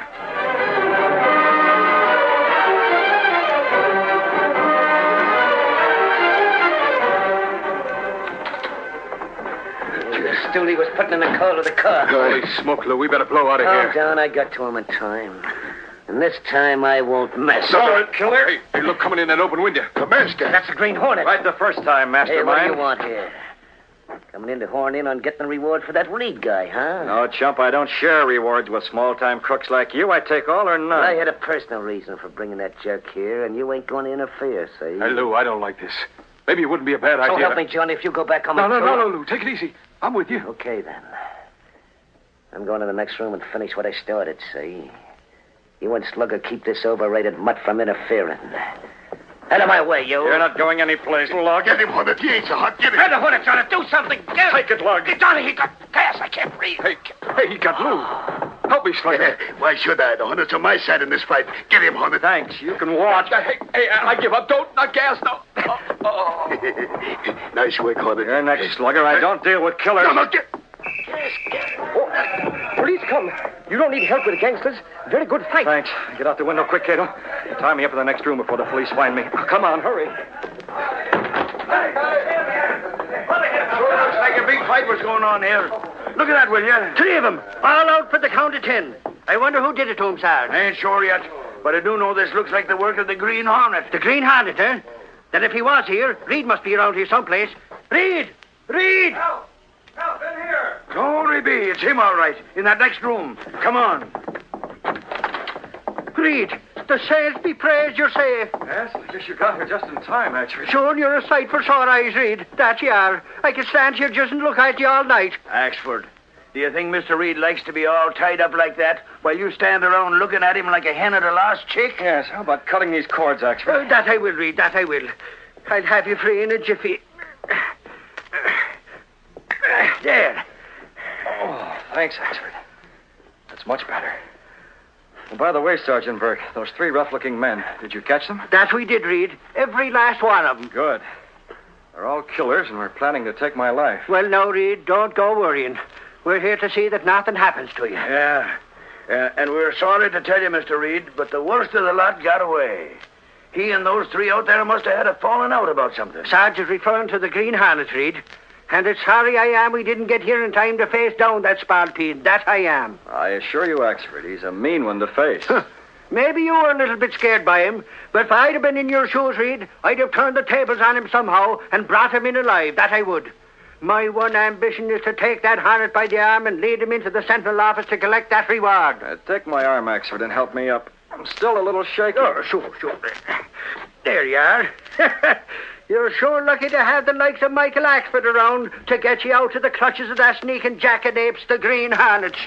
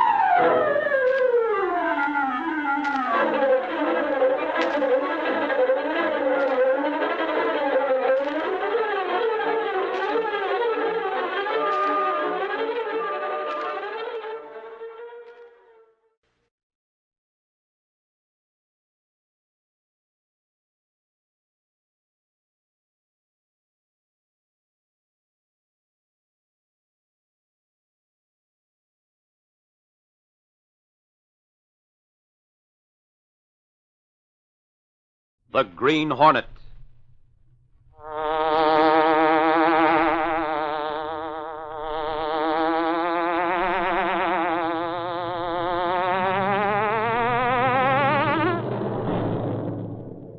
He hunts the biggest of all game, public enemies who try to destroy our America.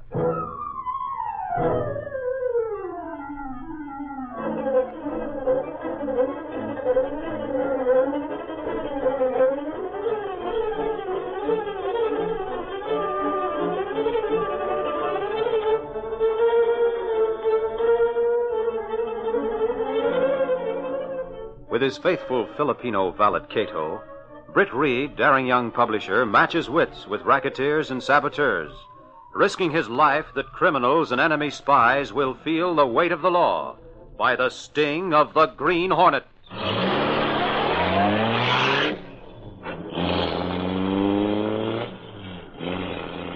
Ride with Britt Reed in the thrilling adventure, Racketeers in Gas Coupons. The Green Hornet strikes again.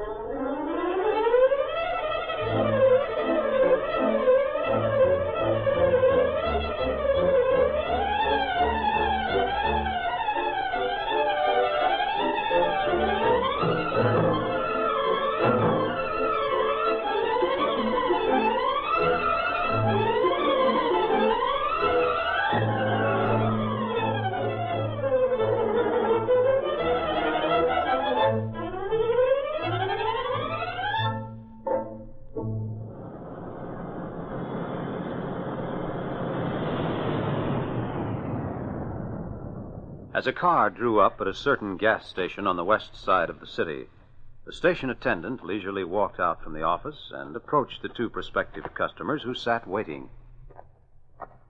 Evening. Evening, Bud. We want to have a little talk with you. Talk, huh? What about?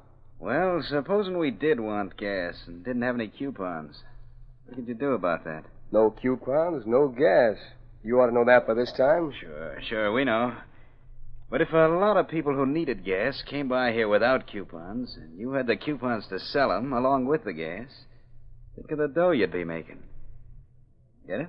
Look, I ain't no dumb cluck. I get it all right. We know he ain't dumb, don't we, Joe? Sure, Pete. We wouldn't have stopped here if we thought he was dumb. We stopped because we thought he's smart. How about it, buddy? Want us to tell you how to work it? If you guys are trying to deal me in on a phony gas coupon racket, you can get going. I'm not interested, see? Gee, Joe, what do you know about that? He ain't interested. Oh, he's just a little hard to convince, that's all. Hey, fellow, what if I told you we ain't dealing in phony coupons? What then? If you got real ones, then your racket's worse than I thought. I deal honest, see? I'm not knuckling down to any mugs like you. For 2 cents, I'd turn you in. That's what I ought to do. So that's it, huh? You got 2 coppers to give the dope, Pete? Nope. I ain't got 2 coppers to give him. But I got a couple of lead slugs he can have. Hey, put that gun away. You can't do that and get away with it. Oh, yeah? Give him the slugs, Pete. Oh, no, you won't. I'll show you.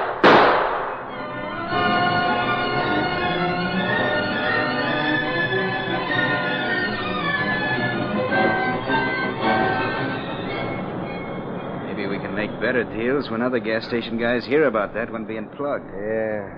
It's too bad when a guy has to go quick like that. Makes me feel kind of sad, you know? Nobody around to see him go, either. That was a break for us, Pete. How many we got that took coupons, Joe? Boss will be anxious to know. About half a dozen so far. There'll be more. Don't worry about that. They all paid cash on the line. Where are we going now? Back to the boss's apartment. We better lay low for the rest of the night. Somebody will find that dope at that gas station, and the cops will be on the lookout. Step on it, Pete.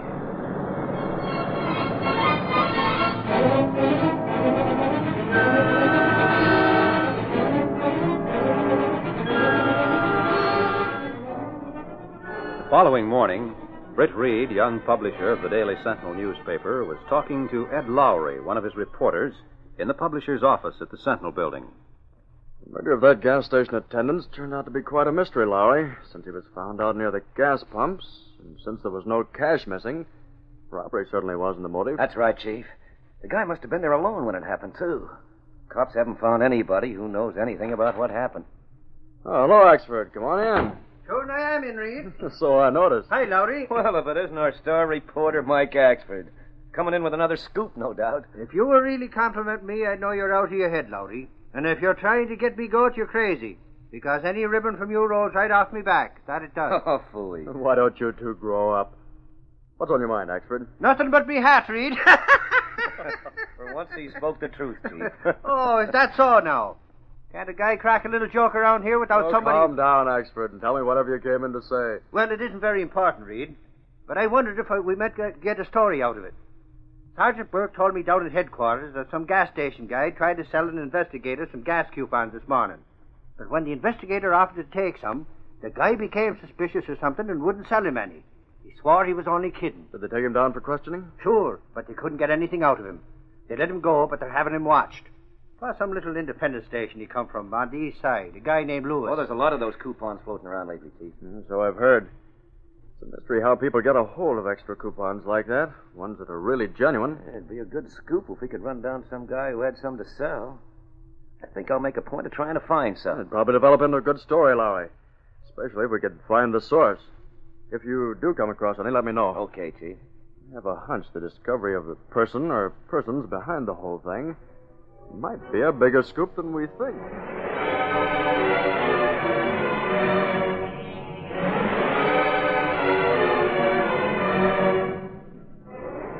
That evening, a car was parked in the shadows a short distance from the gas station, which was run by the man Lewis, of whom Axford had spoken that morning. Look, Joe, I think he's locking up now. Yeah, that's what he's doing, all right. Are you sure he walks home? Yeah, he don't live very far up the road. It's kind of dark up that way, too. Yeah, how about the dick that's been tailing Lewis all day? He must be down the road there a ways watching the station. Lewis comes up this way, see? The other guy will tail him at a distance so he won't know what's happening here in the dark till it's too late. Anyway, we can throw a couple of slugs back his way to scare him off. Hey, here comes Lewis now. Yeah, get ready. Open the car door. Come on, get out. Keep quiet. He won't see the car with the lights out. Yeah, I'm coming. Here he comes. I'll stop him. You sock him from behind. Quiet now. Hey, you. Who's that? What do you want? Come here a minute. Keep quiet. I want to talk to you. Well, what do you want to say to me? I told you to keep your voice down, Dope. Somebody we know wants to have a little talk with you. So you're coming with us. I'm not going anywhere, fella. I'm going home, and you're not going to stop me, see? Is that so? Pete, let him have it. Got him right on the cocoa. Fresh guy, ain't he? Shut up with your gabbing and help me put this lame brain in the car. For your own good, I hope you didn't conk him too hard. He'll come out of it all right so the boss can talk to him. Come on. Easy now. There. Come on, get in. Okay. Hey, there's somebody coming. That Dick, I guess. Get going. Give him a couple of shots, Pete.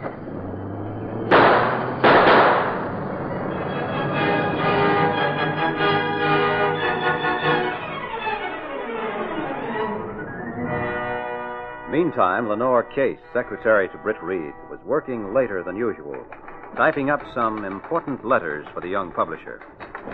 Well, if it isn't little Casey, working like a trooper even though it's way past 6 o'clock. So what? It isn't the first time I've stayed overtime, Axford. That it isn't. And I hope Reed appreciates it, too. That I do. Hey, why all this sudden concern about my working hours, Axford? Can't a man show some interest in your welfare without you getting huffy about it, Casey? That depends. But if it's a loan you want, nothing doing. No, did I say anything about a loan? Did I? Not yet.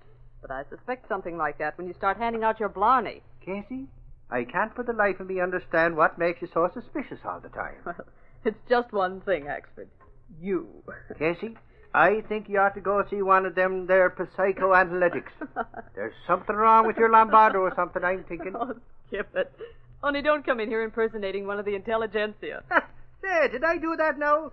Maybe I ought to go on the radio. I heard some guy impersonate the other night, Your and he was... impersonation is much too poor for public exhibition, Axford. Now, if you came in here to see Mr. Reed, go on into his office and let me finish my work. So that's the thanks I get for being thoughtful about you, is it? Well, the next time I won't even stop to say hello. That I won't. That's certainly something to look forward to. Goodbye now. Da phooey. Well, Axford, are you trying to impersonate Lowry by any chance? What? You too, Reed? I too? What do you mean? Every time I open my mouth around this joint, someone says I'm impersonating someone or something. We'll see if you can impersonate a good reporter for a while. What's on your mind this time? Well, I just came back from Cops headquarters after phoning in that story to the rewrite desk. Oh, did you pick up something down there? I haven't checked downstairs recently. Sure, I picked up something. That guy I told you about today, name of Lewis, you know? I remember the gas station chap. The police were having watched. Well, what about him? He got picked up by a couple of guys in a car out near his place. He's disappeared. I see. Then it looks as though he did have something to hide. Something others didn't want him to tell the police. Sure, and the guys who took him away were plenty tough, too. They shot at the man Sarge had tailing Lewis, but it was too dark for him to get a look at them or see the car number. The whole business gets more complicated all the time. Hello? Hello, Chief. This is Lowry. I got something hot. What is it, Lowry? I found a guy at a little independent gas station who sold me some gas coupons. Some real ones, too. He was leery about me at first, but after I hung around a while, he broke down and let me have some. Where are you now? Where's that place you got those coupons? I'm over on the east side in a drugstore. Gas station's right near here at the corners. Hey, I thought I'd find you here, buddy. Hang up that phone. Hello? Hello, Lowry. Lowry, hello. What did he do, hang up on you, Reed? He hung up all right, but not because he wanted to. Call Sergeant Burke and tell him Lowry's in some sort of trouble, somewhere on the east side.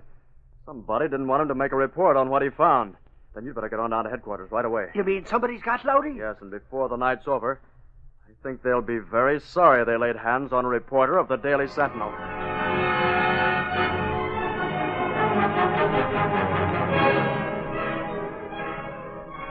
A short time later, in a small apartment on the east side, Lowry, flanked by Joe and Pete, stood before the seated figure of a well-dressed man. Who is this? Why have you brought him here? We don't know who he is yet, boss. We do know he's been snooping around trying to buy up some coupons. He wouldn't take no for an answer over at the East Line gas station. Yeah, boss, but he ain't so smart. Guy at the station went in and gave us a tip-off on the phone. We told him to sell them out a few, but to stall till we got there to tail him. Good work, boys. He went into a phone booth and was calling somebody to give him the dope when we grabbed him. Should I frisk him? Yes, we might as well know just who he is. You jerks keep your hands off me. Hold him, Pete. Yeah, with pleasure. I told you to keep away. I got him now. Go ahead, Joe. You guys will be sorry for this. You wait and see. Dry up. Here's the stuff from his pockets, boss. Good. Edward Lowry, Daily Sentinel. Sneaking news hound, huh? Exactly, and we can't let him go. We just got back a while ago from giving that squealer a ride, boss. We can do the same with this cluck if you say so. Ain't nobody's taking me for a ride, you dirty bunch of killers. Oh. That'll hold him for a You while. muddling fool, you've knocked him out. Now I have to wait till he comes to find out how much he knows and who he's told. After I do find out, you better get rid of him as fast as you can. And remember, he must disappear completely. There must be no slip-up.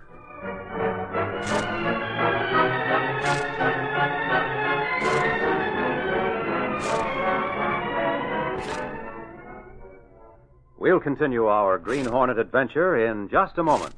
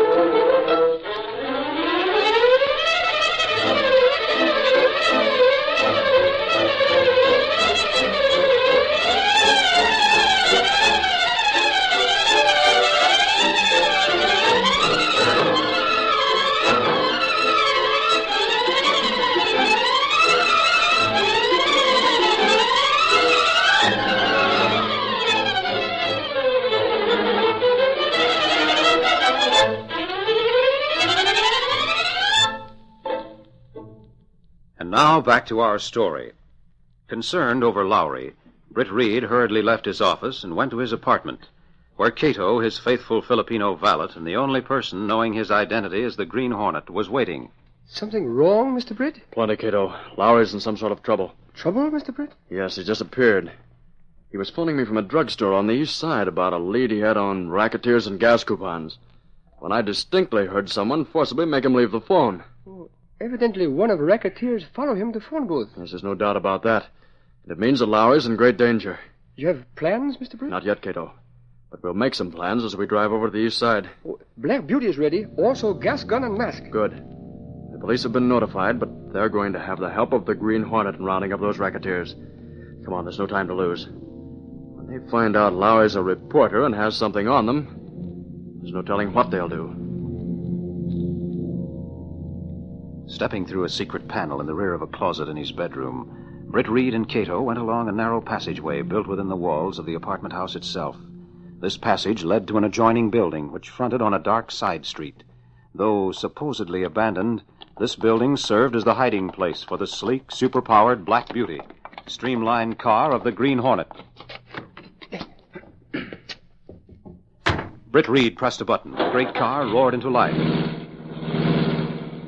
A section of the wall in front raised automatically, then closed as the gleaming Black Beauty sped into the darkness.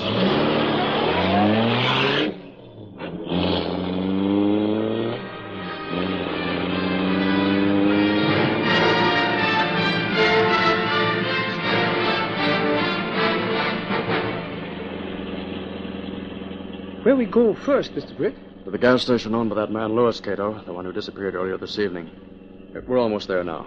What you expect to find there? A clue? No, not necessarily a clue, but if he had a quantity of coupons which he was selling, I'd like to get a look at them.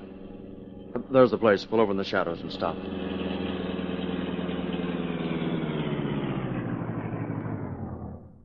Someone may be watching the place from nearby. I'm going to try to get in the back way. You wait right here, Cato. Yes, Mr. Britt. Keep the lights out and the motor running, Cato. We may have to leave in a hurry.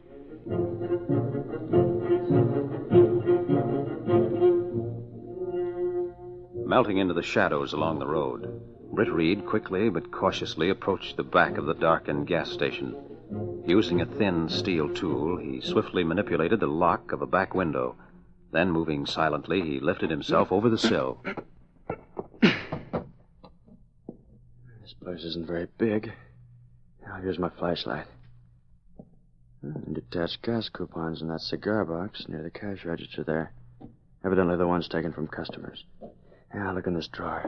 There's no doubt in my mind the police have already been here and gone through everything, but I did hope I might... sheets of new coupons lying into these reports here. Uh-oh. That must be a plant by the police to see who'd come searching for these unused stamps. Something tells me I've unwittingly walked into a trap. Maybe there's time to... I guessed right, someone was watching this place. Time for me to get out of here and fast.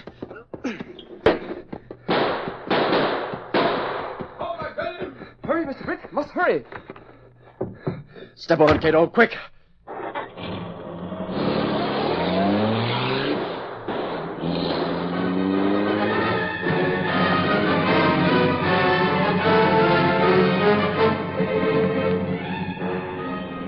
Narrow escape, Mr. Britt. We're used to narrow escapes, Cato. What good it do you to find coupons genuine? Well, since they're genuine, Cato, it shows they must come from a place where such coupons are kept in large quantities. Only such place be ration boards. Exactly.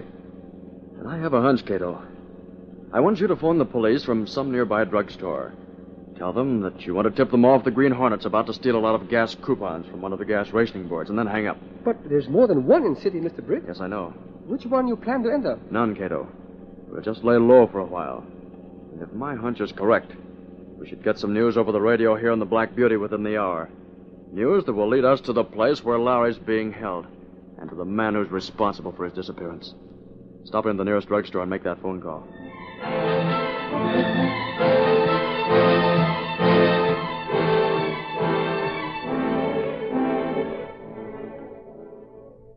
Meantime, Axford was waiting at police headquarters for any news that might come in regarding Lowry or the racketeers. Sarge, you ought to be out doing something instead of hanging around here like this.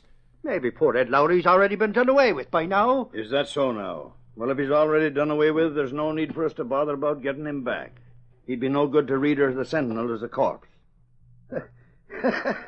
Even at that, he'd probably do more around there than you do alive, Axford. Say, is that any way to be talking at a time like this, I'd like to know? I'll just overlook your insults for the time being until you get busy and find Lowry. What kind of police force is this anyway? Listen, Axford. Any cracks out of you about the force, and you can heave your lazy carcass right out the front door. And stay out, too. Ah! The shoe's on the other foot now, that it is. It don't take much to make you bristle up, Sarge. Police headquarters. What's that? He's going to what? Now, wait a minute. Say that again. Who's going to do what?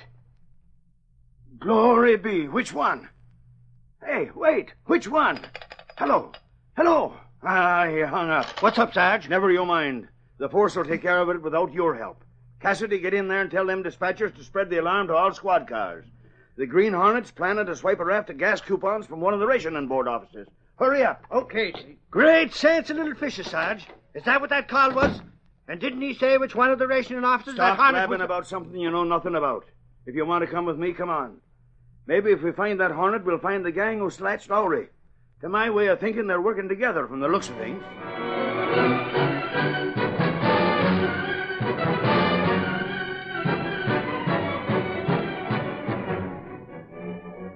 Meantime, Britt Reed and Cato parked the Black Beauty in a secluded spot on the outskirts of town and sat patiently waiting for certain news to come over the car radio. Radio tuned in the police broadcast, Mr. Britt? Yes, Cato. The lead I'm expecting should come over the police shortwave. I hope my hunch proves correct. We've been waiting a long time now. Yes, but if what I hope for does come over that shortwave, it will well have been worth waiting for. You not say what you expect? Calling all cars. Calling all cars. Attention, please. Attention, please. Mr. Milton of East Side Gas Rationing Board Number 3 reports many thousands of gas coupons stolen by Green Hornet. Many thousands of gas coupons taken from Number 3 East Side Rationing Board by Green Hornet. All cars be on lookout. All cars be on lookout. That is all. You hear, Mr. Britt? They say Green Hornet steal coupons. That's what I was waiting to hear, Cato. Come on, we'll get that Mr. Milton's address from the city directory. And then the Green Hornet's going to pay him a visit. Mr. Milton? Yes, and when you phoned the police a while ago, you see they put out a warning to all rationing boards. I knew that if someone at one of the boards was misusing the coupons entrusted to him, he'd take this opportunity to shift the blame to the Hornet and would announce that shortage. Oh. Then we find where Lowry is, maybe. Right, Cato. Get going and hurry.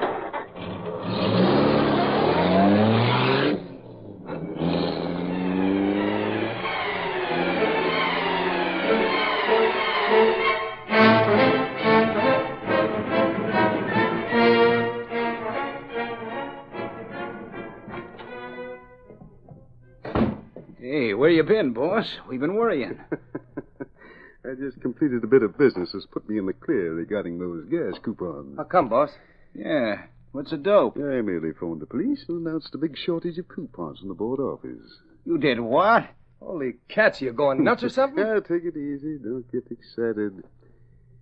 While you two were tying up that report in the other room a while ago, I heard a police broadcast that the Green Hornet was on his way to steal a lot of gas coupons from one of the board offices. Actually, the Hornet must have been scared off, but the police don't know that. I told them he had already broken into our office and taken the coupons, you see? Say, that was smart, boss. Yeah, now before we do anything else, what about that jerk in there? Yeah, he ain't come to yet. That is, not since the second time I bopped him. You make me sick, Pete. Well, you might as well get him out of here. Drag him down the back way to the car and dispose of him once and for all. Come on, Pete, I'll help you. Let's go. Hold it, Boggs. The Green Hornet. Holy mackerel. Is that the Green Hornet? Person Dopey and ready for action. Let's give him a little action, then. So that's your game. Good. That shooting ought to bring the police. They're in the neighborhood. Help me, boss. He's got me. Help me. I'm getting out of here. Do not leave yet for a while. Take it, your rat. No. Where's that other log? Behind drape, hiding. This one not so much. If I get to my gun, I'll... So sorry, you not get chance. Hey, I'm coming out. I give up. We'll make sure of that, killer. Hey, look, Hornet, you and me can run the racket. All the coupons are in the desk Thanks there. for the tip, chump. Now you can have that, too. Oh, no, not the gas. Please, don't. No. The police are coming. Get those coupons out of the desk and leave them on the table there. I'll open that door so they'll find Lowry. Hurry, out the back door. Lowry can tell who those men are. Come on, let's get going. Here's where the shooting came from, all right.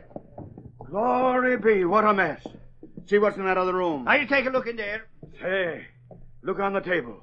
Thousands of gas coupons. Sarge, here's Lowry. He's safe. Get in there, Cassidy, and see what he's talking about. Okay, Sarge. Here, Cassidy, help me take him out there. Oh, I'm all right, pal. Just a little bit weak. Glory, hallelujah, it's Lowry, safe and sound. Isn't that what I said to you? Half the time I don't listen to you, Axford. What's this all about, Lowry? Who are these guys anyway? Well, these guys are killers. They're the racketeers who were pulling all that stuff at the gas stations. And they already did away with 2 guys. They were fixing to take me for a ride, too. Well, and that smooth-looking junt is the leader, a guy by the name of Milton. Milton? Hey, now it's all plain.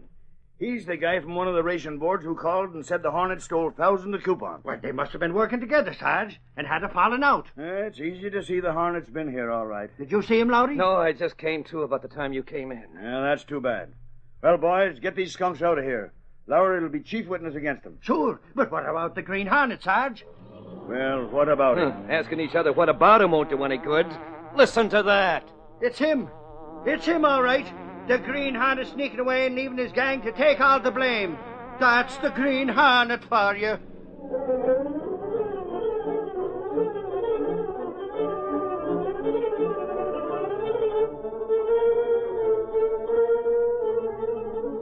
Let's be paper!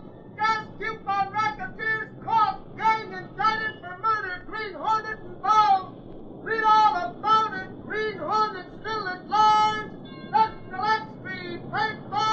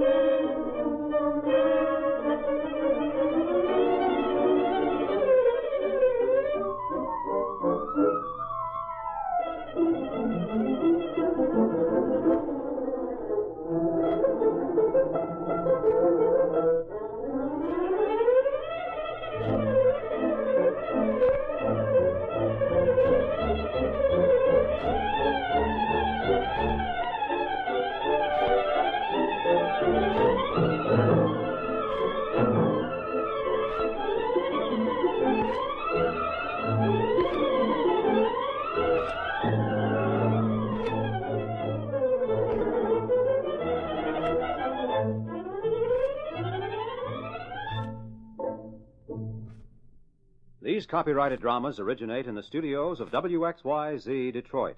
All characters, names, places, and incidents are fictitious. Bob Height speaking. This is the Blue Network.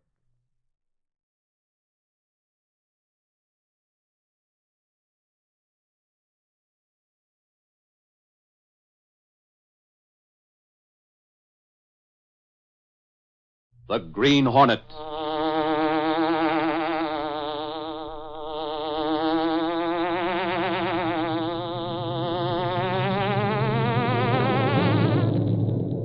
He hunts the biggest of all game, public enemies who try to destroy our America.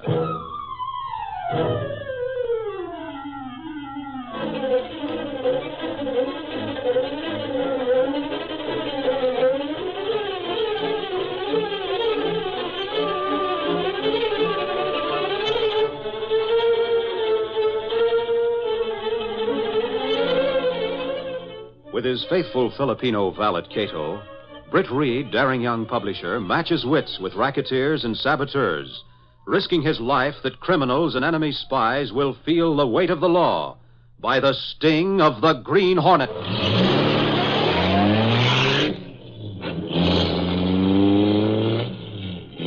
Ride with Britt Reed in the thrilling adventure, one for the books. The Green Hornet strikes again.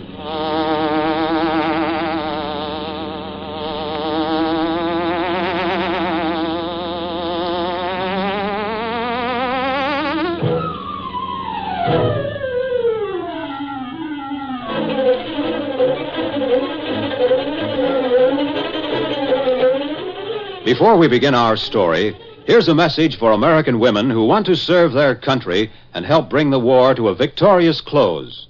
Listen, if you're 20 to 36 years of age, married or single with no children under 18, you are urgently needed by the SPARS, Women's Reserve of the United States Coast Guard.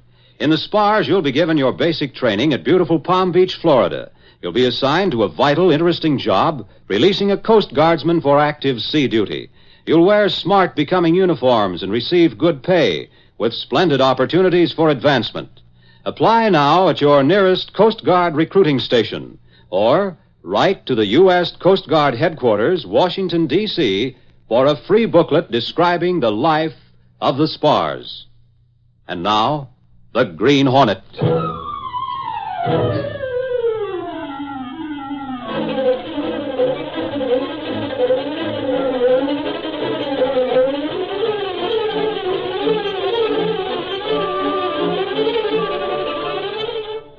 In a certain town in England, two men waited at the railroad station for the arrival of the train from London. To all outward appearances, they were average-type Englishmen. But should anyone have overheard the conversation which they carried on in low tones, he would have had reason to believe they were not what they seemed, though the younger of the two spoke with a decided English accent. Soon the train will arrive, Mark. We must be careful that Lewis Chandler does not become suspicious of us before we get him in the car. Are you sure, Lomax, that this Chandler fellow didn't personally know the chap who was supposed to meet him here? Lewis Chandler is only a minor attaché who is being sent to America as a replacement at one of the consulates there. Our London agent notified us that he knows very few people outside of London. That he definitely does not know the man who was to meet him and give him these papers. No need to ask what happened to the chap from whom you took those papers. You're very efficient, Lomax. Rather to say that the entire espionage system of the Third Reich is efficient, Mark. These papers, by the way, are the pass to the airport and a priority for plane passage. Here, take them. Just what is expected of me, Lomax? You haven't gone into detail. I intended to later, but now will do just as well. As you know, all communications and all travel have stopped between here and the European continent. Not even diplomats from neutral countries can get by or get dispatches through. Yes, I know. We must get someone out of England somehow. Therefore, you ought to take the place of this minor attaché so as to reach America. You know the information to give our agents there, and they in turn can get in through to Germany in ways known only to themselves. But what of Chandler? He will be dealt with, my friend. Never fear. After we get his passport identification papers, which you will use.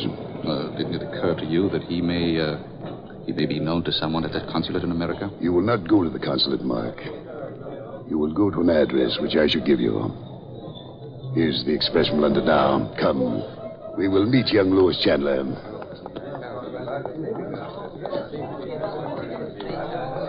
Look, let us see coming this way now. Mr. Chandler. Oh, you must be the chap with my airport pass and priority, are you now? That's right. We will drive you out to your plane. The car is right over there. Come, there's no time to lose. I say, it's very kind of you, gentlemen, to give me such service. It is nothing. Come on. Perhaps you'd better give me the papers before I forget them. The papers?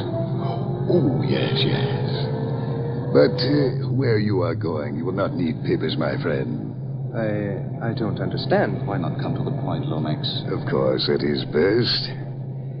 Mr. Chandler, I'm sorry to inform you that you're not going to the airport at all. Not going to? Say, what is this? Let me out of this car. Not so fast, my friend. A gun?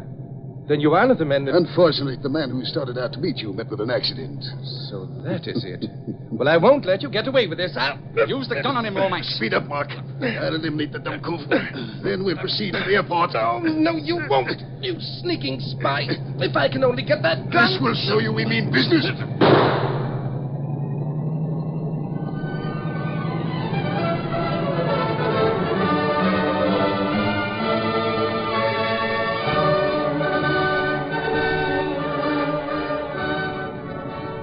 On the morning that the plane carrying the Nazi agent posing as Lewis Chandler arrived at the city airport, Axford, reporter for the Daily Sentinel newspaper, who'd gone out to cover the departure of an important official, was about to enter a waiting cab when someone tapped him sharply on the back.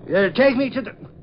Hey, now, what do you jab me in the back for, me good man? Pardon me, old chap, but I'm in a deuce of a hurry. Would you mind awfully if I take this cab? Well, now, there's no reason why we can't take it together since we're gone... that wouldn't do at all. So sorry. Hey, wait a minute. Who do you think you are grabbing that cab right from under... what's the use? Guys like that one could smooth talk the rest of us out of anything and get away with it. So sorry. Taxi! Hey, taxi!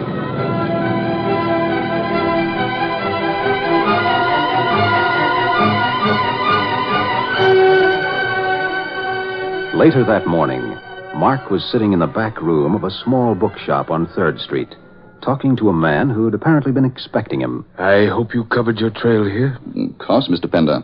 I changed cabs several times and got out of the last one when we reached 3rd Street. Then I walked to the shop. Well, I'll hide you here. Tonight, after I close shop, we'll get together and I'll put down in code what you tell me about happenings in England.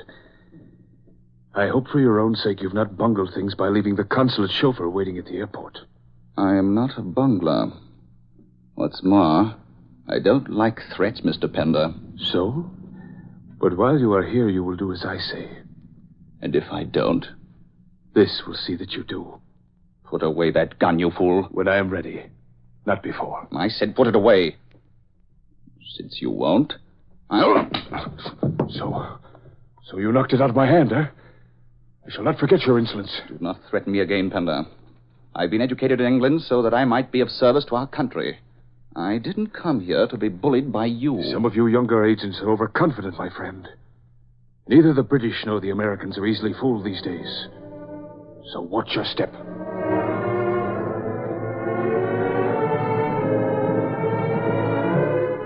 Meantime, at the Daily Sentinel, Michael Axford was in the outer office with Lenore Case, secretary to Britt Reed, the publisher, when Ed Lowry, another reporter, entered. I hear you let some highbrow put one over on you, Axford. Well, now, Mr. Smart Guy, and what would you do in a case like that, I'm asking? This guy comes poking me in the back just as I'm about to get into a cab. Pardon me, old chap, he says, I'm in a deuce of a hurry.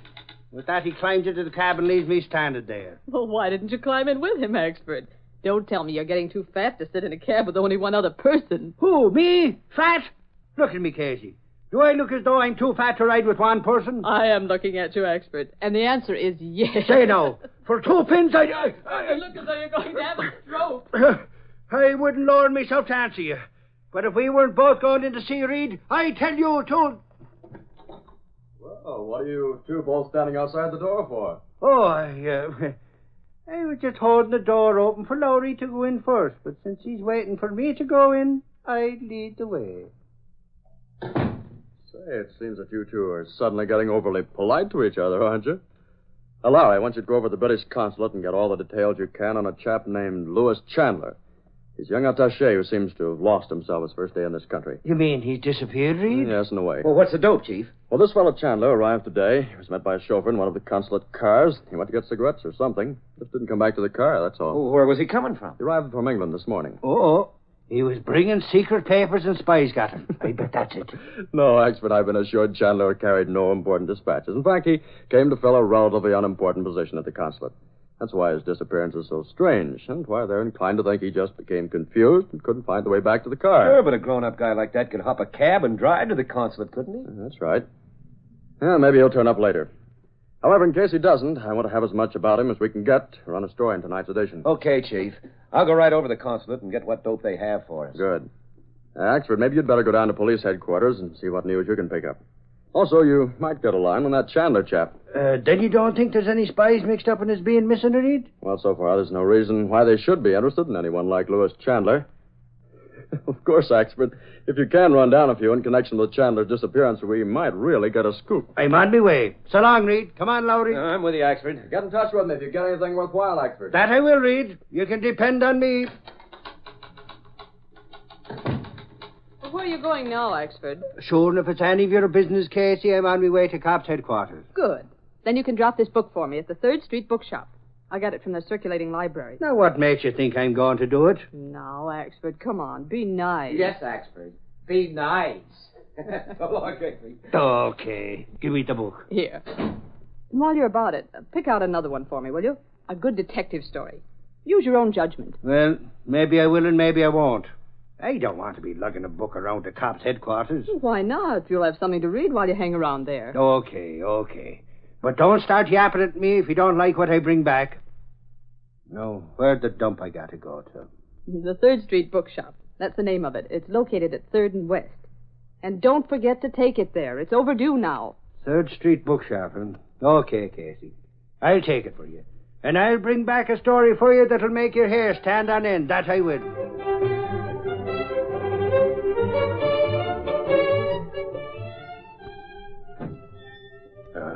Someone just came into the shop. I'll be glad when it's time to close. There haven't been any customers in this afternoon. No. As a matter of fact, the fewer I have come in, the better I like it. Come away from those curtains. You mustn't be seen. I was just looking to see who... Great Scott. What's the matter? Look. The man looking over those books. What about him? Speak up. I saw him at the airport this morning. I used the cab he was about to use. Do you think he knows and has followed me here by any chance? Yeah, he looks like a detective or perhaps a federal man. Yes. You and your confidence. I told you these Americans were clever. I must get my gun from the drawer here. Hey, anybody waiting on customers around this joint? Quick, he may come back here. To be on the safe side, we may have to force him to come back here. Until we can find some other hiding place for you. And then... but we shall see. I'll go talk to him. Stay here.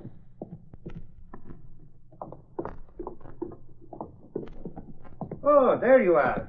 What is it you want, my friend? Sure, I'm on the hunt for a good spy story. Sure, if you got a spy or two hidden around the joint, just put me wise. Isn't that one for the books? You get it? One for the books. Outside the car door. Your humor is a little far-fetched under the circumstances, my friend. You don't think that was funny, huh? I don't think you came here to be funny, as you call it. Well, now, since you haven't got a sense of humor, I can be as serious as you can at that. I brought that book in. Now I want to give me a good spy story. So you came here for a spy story? Sure, and don't keep me waiting. I got to get down to cops' headquarters. A detective, huh? Well, have it your way. I said I'd bring back one, so don't waste any more time. Very well. We won't waste time. Get going into that back room. Hey, what's the idea of pulling a gun on me?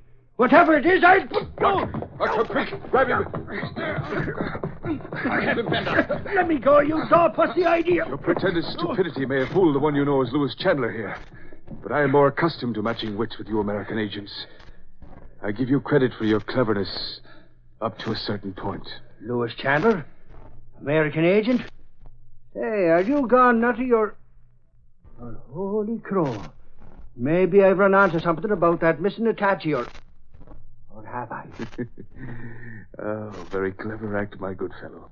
But you were rather foolish to try a one-man raid like this. All right, get going. You may have found the man you were trailing, but you may be sure no one will ever find you. I shall see to that.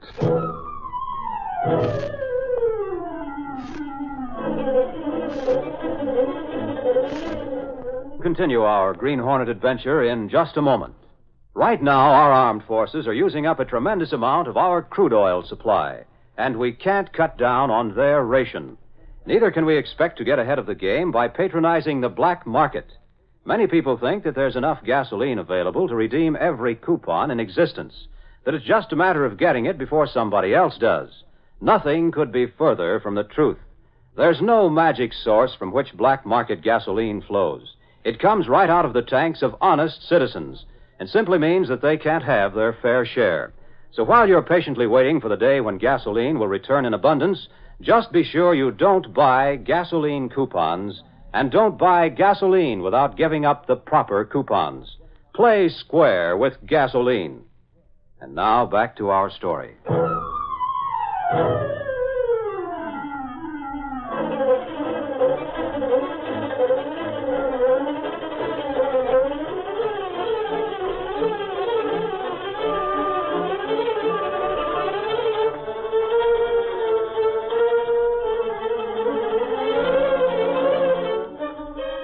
That evening, Britt Reed was getting ready to leave his office for the day. He was in the outer office talking to Miss Case. I guess there isn't anything else, Miss Case. You can type those letters I dictated when you come in tomorrow morning. I'd rather get them typed tonight, Mr. Reed. Then I can sleep peacefully. Oh, hi, Chief. Boy, I'm glad I caught you before you left. What's up, Lowry? Something new on that Lewis Chandler case. Something hot. And darn it all, something we can't print yet. Well, I'm listening. I got all the dope on Chandler and phoned it into Gunnigan. And then I hung around the consulate to see if there was anything else breaking. I see. Chief, a little while ago, they got a cablegram from the Foreign Office in London saying that a body was found in England that's been definitely identified as being Lewis Chandler. Huh. What do you think of that?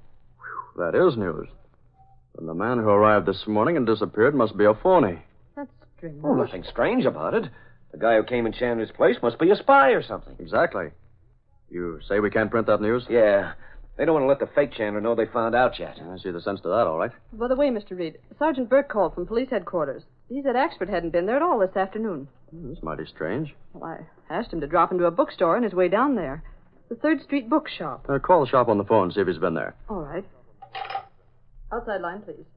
Say, Chief, Axford had some guy with a British accent take his cab away from him at the airport this morning. That has possibilities, Lowry. Go down to headquarters and tell Burke. An inquiry among the drivers might turn up something. They're ringing, but they don't answer, Mr. Reed. Well, never mind. Maybe I should run onto something that kept him from going to headquarters. Come on, I'll drop you off if you're ready to go home. Let me know if anything comes from that taxi driver inquiry, Lowry. That Chandler case is going to be a real story after all, if and when we get it.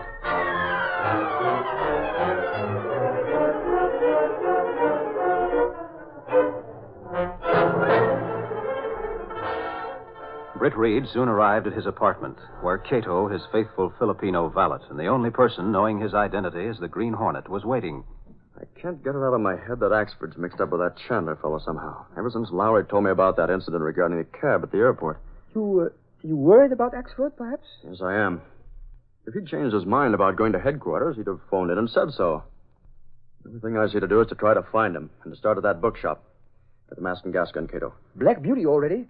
We get the mask and gas gun on the way out, Mr. Britt. Good. The bookshop lead seems a little too easy to suit me, Cato.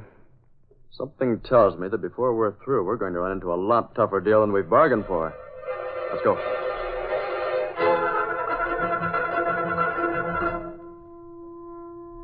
Stepping through a secret panel in the rear of a closet in his bedroom, Britt Reed and Cato went along a narrow passageway built within the walls of the apartment house itself. This passage led to an adjoining building, which fronted on a dark side street. Though supposedly abandoned, this building served as the hiding place for the sleek, superpowered Black Beauty, streamlined car of the Green Hornet. Britt Reed pressed a button. The great car roared into life. A section of the wall in front raised automatically, then closed as the gleaming Black Beauty sped into the darkness.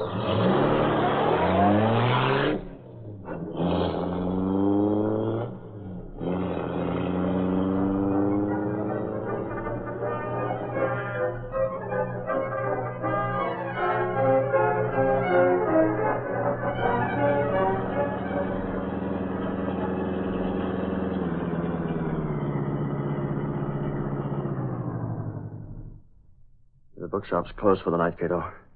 However, I think I'll have a look around inside. Yes, Mr. Britt.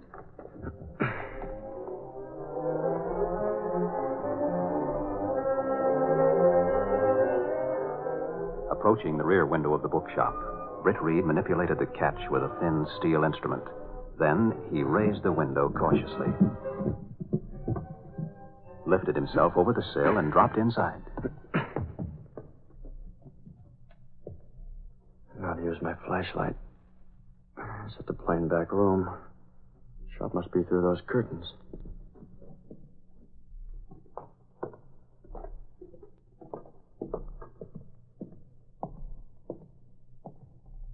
There's nothing to indicate Axford's been here. There's a book on the counter over there, but that doesn't mean anything with so many books around, so I'll... Wait, that card on that book, let's see. It's a card like they use at the regular library, and with Miss Case's name on it. Then Axford did come here. He left this book, but didn't take another. Strange. The place is empty now, all right.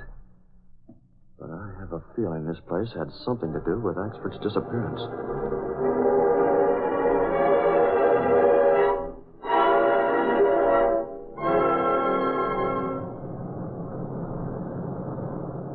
Well, Them cab drivers didn't give us much information after all. That guy was slick enough to make a lot of changes. Yeah, he's a slick one, all right, or he wouldn't be a spy, Sarge. Yeah, I remember once when Hey, wait, Cassidy, stop. What's the matter, Sarge? Yeah, what are we stopping for? Someone's prowling around inside that bookshop with a flashlight. See there? Gee, you're right. Get your gun handy and come on, Cassidy. We'll bust the on before he knows he even see him. I'll go round the back, Sarge. Go in that way. Okay. Lowry, you can come with me if you want to. Come on.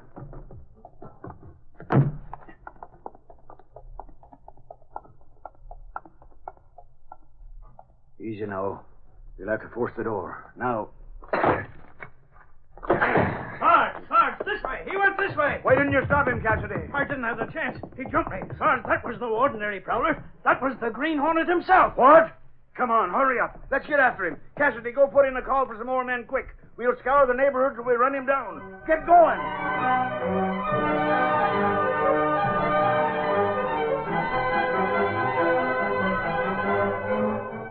In the meantime, Axford lay on a cot tied hand and foot in a secret hideout, reached through a trap door from the back room of the bookshop. On a small table nearby was an old-fashioned oil lamp, the dim light of which cast weird shadows over the faces of the two men seated at the table talking. I gather from the muffled sounds we've heard overhead that the police were looking for our detective friend over there. How many times do I have to tell you I'm not a detective? I'm a reporter. I heard you say that before, my friend, but I don't believe you. Suppose they find the trap door, Pender. They won't, so don't worry. I have it fixed in such a way that when it's closed, the rug slides in place over it. All right, let's continue with our work. I must get all details down in this report. I've given you all there is to report. Aha! Now I'm beginning to see the light. Chandler's a spy just like you are. Sure, that's two of you I'll have to turn in. Such a sense of humor for a man in his predicament. I'm not in any such thing, whatever it is. Say now, me feet are going to sleep. Can't you in time for a few minutes? You're two against one, and me hands are tied up tight as a drum. Loosen his feet, Mark. He can't do us any harm with his hands tied. I'll untie his feet, then. What a relief. Hey, did you say that trap door was the only way out of here? Yes, but you could never make it. I would have to shoot you down, you see. Uh-huh. Of course, if that lamp went out, like this, for instance... He kicked over the table. I'll get him for that.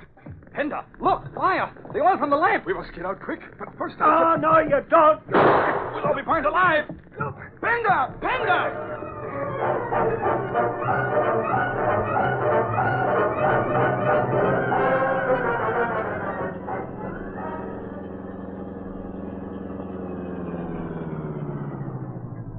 We're back in the alley near bookshop again, Mr. Britt. Yes, I still think there's some clue to be found in there to Axford's whereabouts, Cato. You've given the police the slip for a short time, Mr. Britt, look. They're at the back of shop. Smoke. Come on, Cato. Police leave back door open. Smoke come from back room in there. It's coming up through that rug. Oh, pull it back. Trap door. I'll handle this. Go turn on the fire alarm, quick. Hurry, Mark. I have the report safe. Come on. We must get out of here. Hold it, Marks. What? A masked man. Green Hornet. Get out of my way. You get with the other one got me low. So that's it, eh? We'll see about that. Missed me. Take it, Lug. Mark, he's an enemy of the few. Gas, I'll get you all dying. Now that I know you're Nazis, I'll see that you get what's coming to you. Where's that man who came in the shop this afternoon? Where is he? He's down there. Don't. Yes. And if he's done for, you'll get far worse. Yes. I got to Axford. We've got to get to him. He's got to be all right. I reckon the furnace down here. Smoke's pretty heavy. I have to feel my way. There he is. Now if I can only make it to the back door.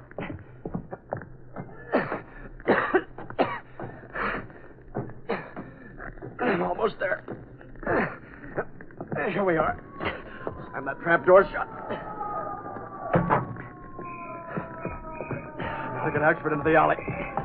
He's breathing. He'll be all right. Better clear out of here while the going's good.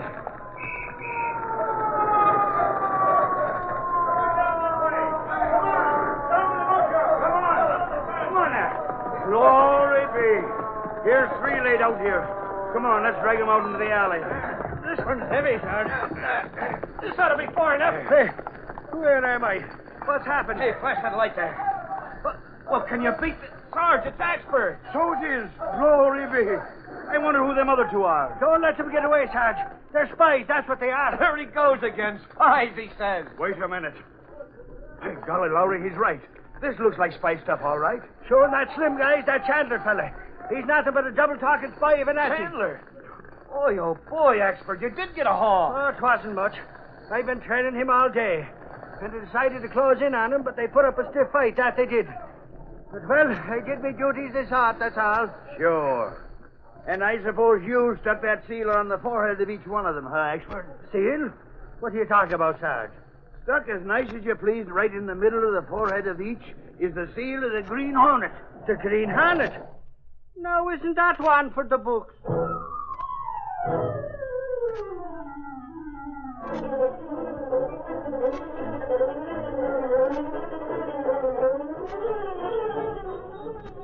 That's the Lake Street paper! Reporter helps capture Nazi spies. Green Hornet implicated.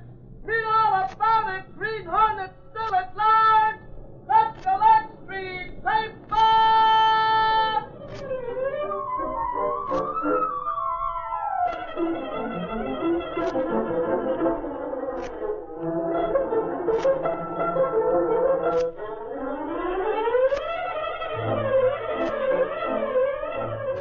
An Air Corps captain recently wrote Ernie Pyle that a letter from home was like a 5-minute furlough. Now, this is one kind of furlough that we at home can grant just as often as we wish, without any risk of hampering the war effort. The next thing to do after writing these letters is to make sure they're delivered as quickly and as safely as possible. V-mail is the answer. It has priority over all other types of mail, and it saves precious cargo space needed to send vital equipment. Since this service was inaugurated, over 300 million letters have been sent, and not a single one has been reported lost. Nothing is more important to those in service than mail from home. Remember the words of the Air Corps captain. A letter is like a 5-minute furlough. Be sure to listen to the Green Hornet next week at this same time.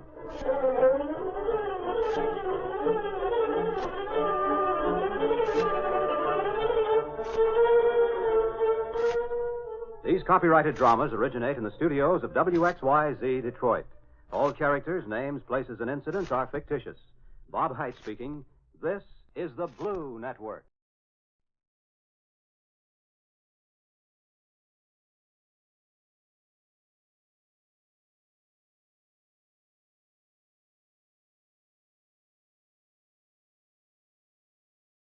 The Green Hornet.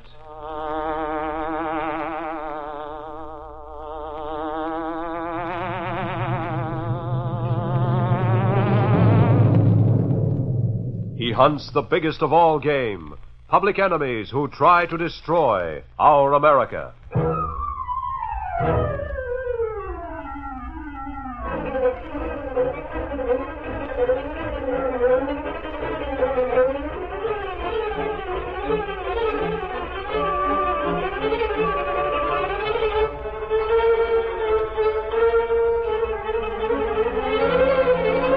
With his faithful Filipino valet Cato, Britt Reed, daring young publisher, matches wits with racketeers and saboteurs, risking his life that criminals and enemy spies will feel the weight of the law by the sting of the Green Hornet.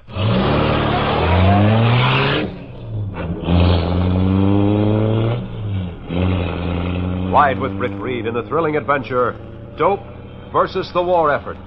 The Green Hornet strikes again.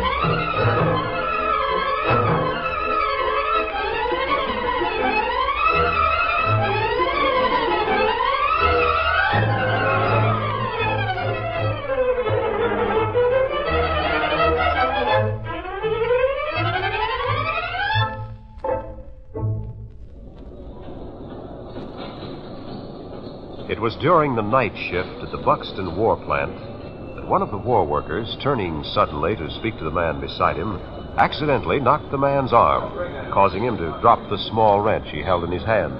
Hey. Gee, I'm sorry, Ned. I didn't mean to knock against you like that. Hey, you dumb cluck. Why don't you look what you're doing? Ned, calm down. No need flying off the handle over a little thing like that. What's the matter with you lately, anyway? I'll show you what's the matter with me, all right? Hey, Ned, get hold of yourself. I don't want to fight with you. Yeah, that's just too bad for you, then. Hey, cut it out. Watch out for that machine. Ned, you've gone crazy. Cut it out. I'll show you. Take this. The machine! Cut my throat! Help! Help! Stop that machine, somebody. He'll be killed. Quick, stop the machine!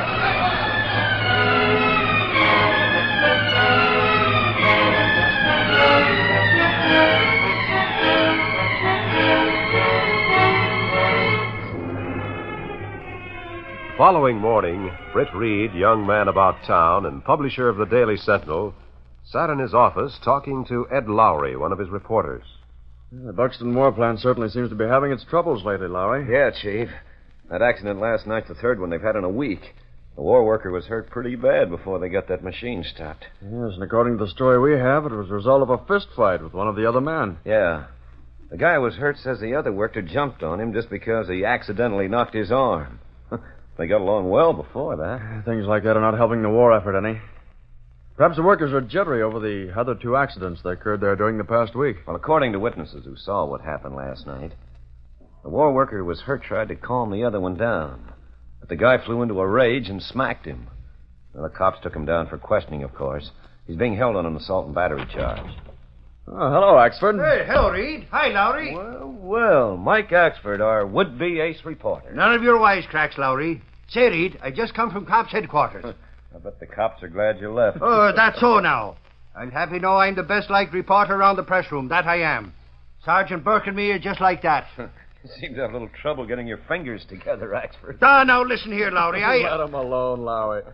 What's new at police headquarters, Axford? Anything that'll make news? Sure. That's what I come in to tell you, Reed. Well, get to the point, Axford. Okay. Well, Sarge says the factory guy was smoking reefers, Reed. Dope? Yeah. When they searched him, they found a couple of marijuana cigarettes on him. And Reed, Sarge says he thinks them other two accidents was caused by the same thing. They can't get the guy to talk at all. But Sarge says he thinks he got him inside the factory. Marijuana cigarettes, huh? If what Sergeant Burke thinks is right, then there must be a dope ring operating inside the plant itself. Sure. All they have to do is find the ones who's selling the stuff. You sure make it sound mighty simple, Axford. Perhaps if they could get the man to talk, it would be simple, Lowry. And for the sake of the war effort, I hope he does give the police the information they seek. Otherwise, the demoralizing effect of that insidious drug will be felt throughout the entire plant. It might well be a studied plan of certain parties to hinder the war effort, and at the same time bring profit to themselves. Sure, and you took the very words out of me mouth, Reed. That you did. Axford, stick close to police headquarters today in case that man does talk. It'd be a good scoop for the Sentinel.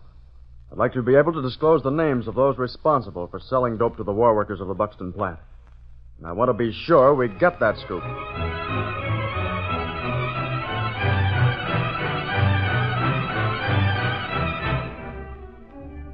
Late that afternoon, the war worker known as Ned was released in custody of a lawyer who'd appeared at police headquarters to post bail.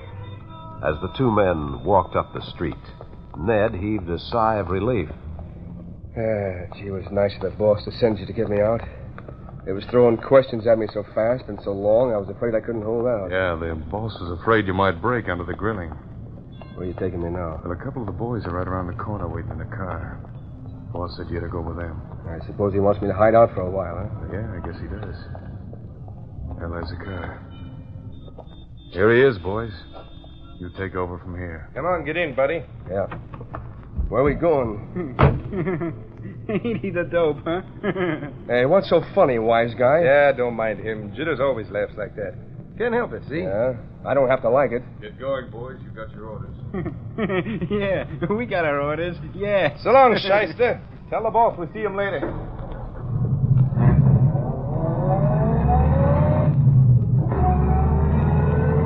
Boy, it's sure good to be away from them cops, believe me. Maybe he'll be wishing he was back with them cops, huh, Slick? What a dope. Hey, what do you mean by that crack, you laughing hyena? For 2 pins, I'd bust your... cut it out, you hear? Lay off, I tell you. Okay. He better keep his trap shut. I ain't worried, Dopey. I ain't a bit worried, see? Ah, shut up, Jitters. There's no use of rubbing it in. Shut up. Okay. I hope I don't have to be around this goon very long. Gets on my nerves, that crazy laughing. Yeah, you won't be around him long, so don't worry about that. Hey, what are you going up the river road for? You'll find out soon enough, Bud. Sure he will. Hey, look.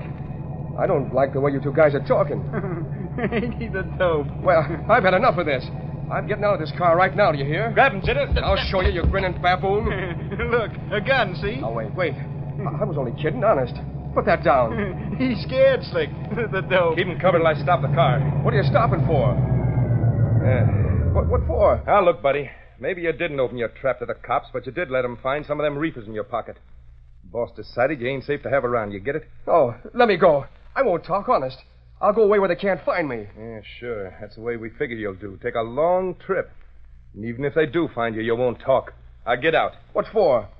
What are you going to do? Should we tell him, Slick? Oh, look, fellas, you can't get away with this. Go on, get out. Listen, give me a chance, won't you? Sure. We'll give you a chance. Look, there's a river right over there. Start running. If you make it in 10 seconds, you won't stop one of Jitter's bullets. Now start running. Now, let me go. I won't talk. Don't shoot. Don't let him do it. Don't shoot. Look at him run, Jitter. Some speed, huh? Just like a rabbit he runs. Some dope. Okay, Jitter, start shooting.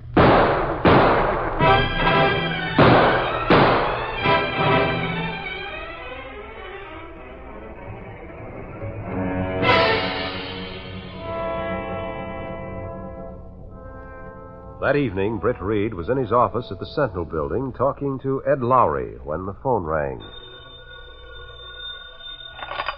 Hello? Hello, Reed? Yes, Axford. What is it? Look, Reed, I'm down at cops' headquarters.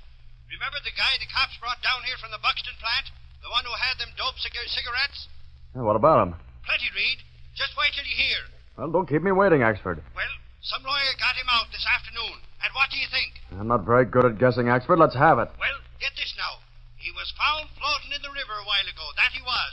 And Sarge says he was shot before he was thrown into the water. Murdered, huh? Well, sure, now you don't think he shot himself and then jumped in, do you?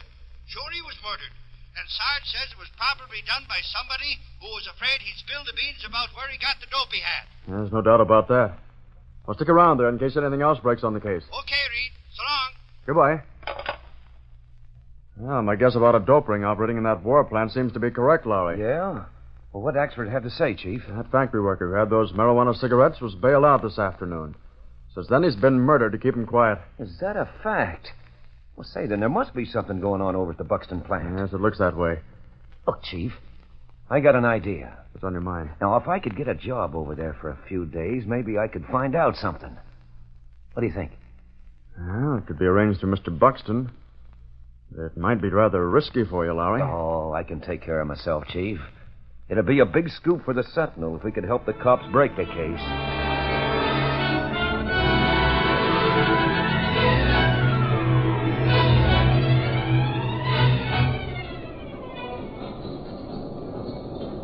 A few days later, Lowry, who'd been installed in the Buxton plant as a war worker through the influence of Britt Reed, was working on the assembly line when he saw the foreman approaching.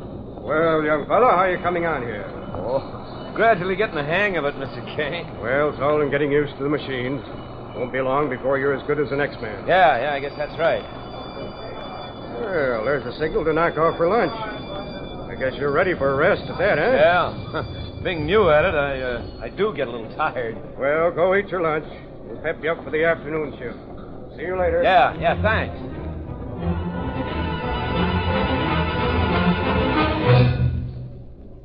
A short time later, Lowry sat with a small group of workers who were eating their lunches. Deciding it was time to throw out a few feelers, he looked around at the group and then spoke. Hey, this job sure wears a guy out. I'm tired already and the day's only half over. You'll get used to it, buddy. Stop your griping. Sure, it's for the war, ain't it? Maybe he don't take the right vitamins. Oh, yeah? Well, a guy does need something to pick him up with this sort of work. Well, I guess it's time to get back to the grind. What's the rush, Bud? The gong ain't rung yet. Yeah, but I don't want to have to sprint when it does. I'm tired enough already. Anyway, the others are going in. Sure. They love their work, maybe. And they're used to it. But you now, you get tired easy. Well, so what? There isn't anything I can do about it. Oh, no? Well, maybe there is at that. If you know what to do. I'll get you, fella. Listen, I can tell you something that'll really pick you up. Make you feel like a million. Oh, yeah? They don't allow drinking here. Don't be dumb. If you want to find out what I'm talking about, meet me after hours and I'll put you wise to something, see? Say, maybe you have got something at that. I'll say I have. Meet me outside the gate at closing time. I'm going in. See you later, maybe.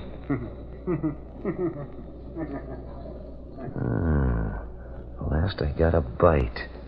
If that guy's talking about what I think he is, I'll get that scoop for the Sentinel or my name won't be Ed Lowry.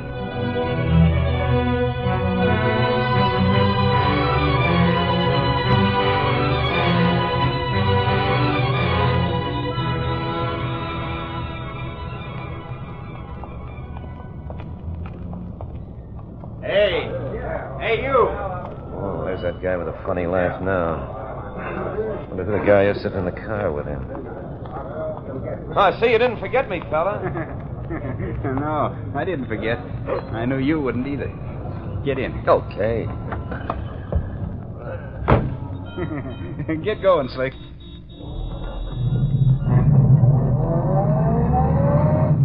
Hey, Phil. Who's your friend? Oh, yeah. You two ain't met yet. Slick, this is the punk I was telling you about. Hey, what do you mean, punk? So this is the guy the boss was talking about, eh? I don't get this. What do you talk... take it easy, Stooley. We know what you're after, and you come to the right party for it. Well, it ain't gonna do you any good, see? Hey, I'm getting out of this car. Do you hear? Grab it, Jitters. I'll show you. Oh. Yeah, good slugging, Jitters. What do we do with them, Slick, huh? Yeah, the boss wants this one brought back alive. Wants to find out if he got in touch with anybody before he lets us give him the works. So this sneaking punk thought he could put something over on the boss, eh? You get his just like that other guy, but good.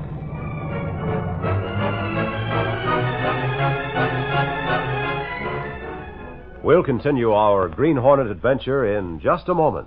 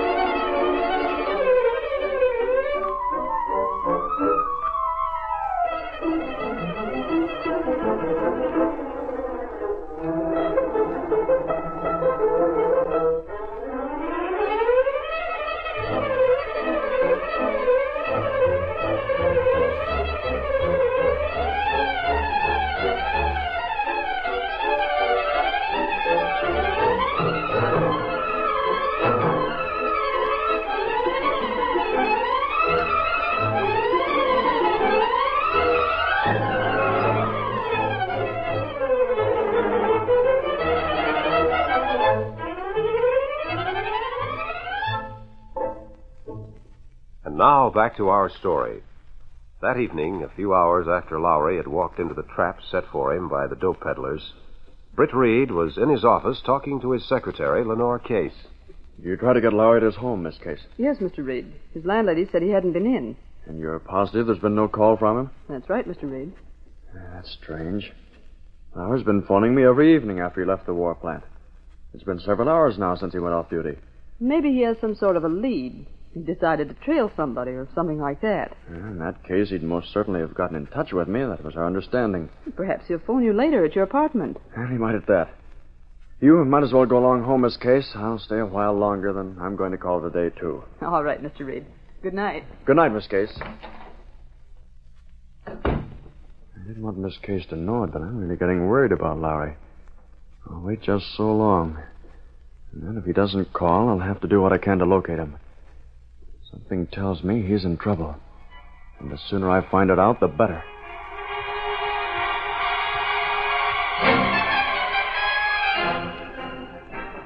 Meantime, in their basement hideout on Water Street, not far from the factory, Slick and Jitters were waiting for further word from their boss. Lowry, still unconscious from the blow he'd received, lay with his hands and feet tied on a cot. Jitters was nervously moving about the room. Hey, Jitters, why don't you sit down and stop snooping around? I ain't tired, Slick.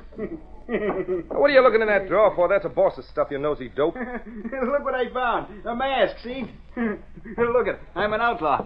Put him up, bozo. It's a sticker. Cut that clowning. You make me sick. Look it, Slick. Now I'm the Green Hornet. Listen, if you don't stop that... Hey, wait a minute. You gave me an idea, Jitters. Yeah, what? Remember the boss said this jerk was a Sentinel reporter who was trying to get the goods on us at the plant? Yeah, but he ain't got nothing to report. Ah, wait, listen, you laughing dope. The Sentinel's a paper what offers $25,000 for the capture of the Green Hornet. They do? Gee, all that dough for him? Sure, and the guy who owns the Sentinel is a swell by the moniker of Britt Reed. One of them Playboy guys. So what? He don't want to play with us? Now, look. The boss has us do all the dirty work and all the peddling. But he keeps all the dough, don't he? Yeah, that's right, he does. Now, look, with that mask, we could pull a fast one on the boss. Get ourselves a lot of dough and leave him to talk himself out of a mess. He could. I ain't got no love for the boss. I'm listening. Okay, here's a setup. You go phone the Sentinel newspaper office and tell them you know where the Green Hornet's got one of their reporters tied up. Hey, are you crazy? I don't know nothing about the Green Hornet. Yeah, for once I scared that silly laugh out of you, didn't I? Now listen, you lunkhead. We'll sock the boss in the head when he comes in, stick that mask on him, and tie him up. You get it? And you tell the guy who answers the phone at the Sentinel that if they make a good offer, we'll steer him to the Hornet and their punk reporter. But they might send the cops, like. Look, I'll tell you what to say to him. Then I'll stay here and jump the boss while you go phone. Now listen close and be sure you don't crab the deal. Here's what you do. Go to the nearest phone booth and...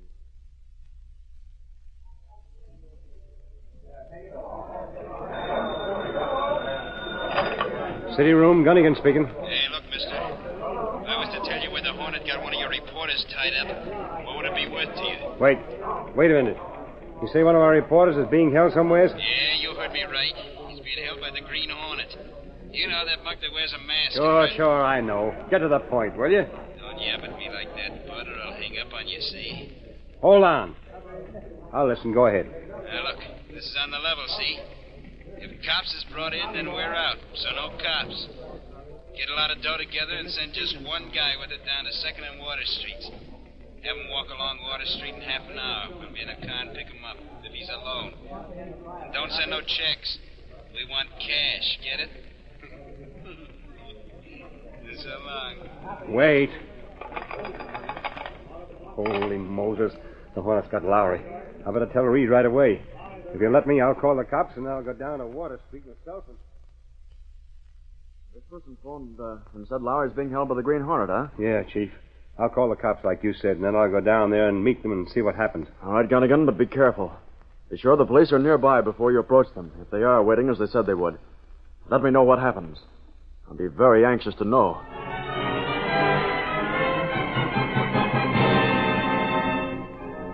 Britt Reed went to his apartment where Cato, his faithful Filipino valet, and the only person knowing his identity as the Green Hornet, was waiting. Get the mask and gas gun, Cato. We have a job to do in a hurry. Black Beauty ready, Mr. Britt. Good. Lowry's in danger of some kind. It's up to the Green Hornet to find out what the whole thing is all about. Let's go, Cato.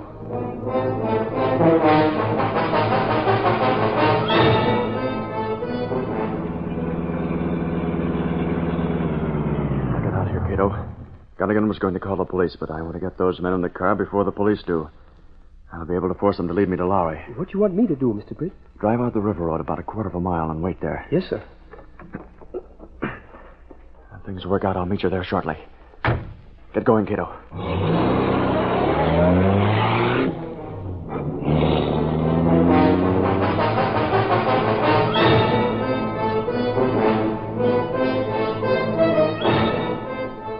Meantime, Slick and Jitters sat waiting in their parked car on 2nd Street, just around the corner from Water Street.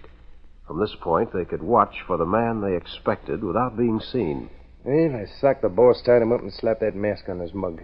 Now, after we get the dough, we'll take the guy from the Sentinel office up the river road a bit. Tell him where to find them 2 dopes and then throw him out. Yeah. By the time he gets to walk to a phone, we'll be miles away. You're smart, Slick. Hey, look. Somebody walking alone on the other side of Water Street. You see him? Now, we'll start the car and cruise over that way. Keep your rod handy, Jitters. You might try to pull a fast one. Now, wait a minute. I got the radio turned to police shortwave.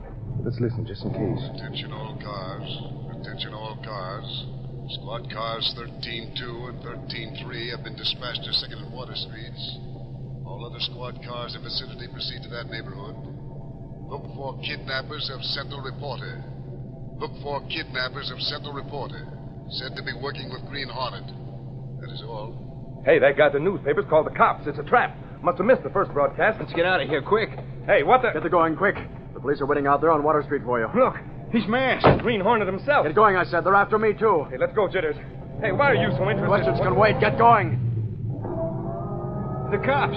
They spotted us, Slick. Hurry, speed up and run out over the river road. You've got to lose them. Hey, why are you helping us get away, Hornet? I heard the police broadcast. You mugs blame me for holding a Sentinel reporter. Might as well get in on the deal. Oh, so that's it, huh? Well, now that the cops are tailing us, it won't be no deal. We'll make some sort of a deal at that. First of all, we've got to put distance between us and those police cars. Now, step on it.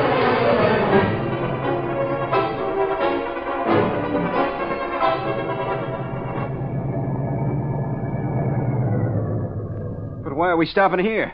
Whose car is that on the side of the road? My car. It's faster than yours. Hurry, get out and run to my car, and we'll leave yours here.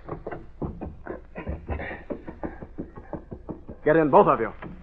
Hey, who's the guy with the goggles behind He's the working wheel? with me. Come on, get in. All right, get going.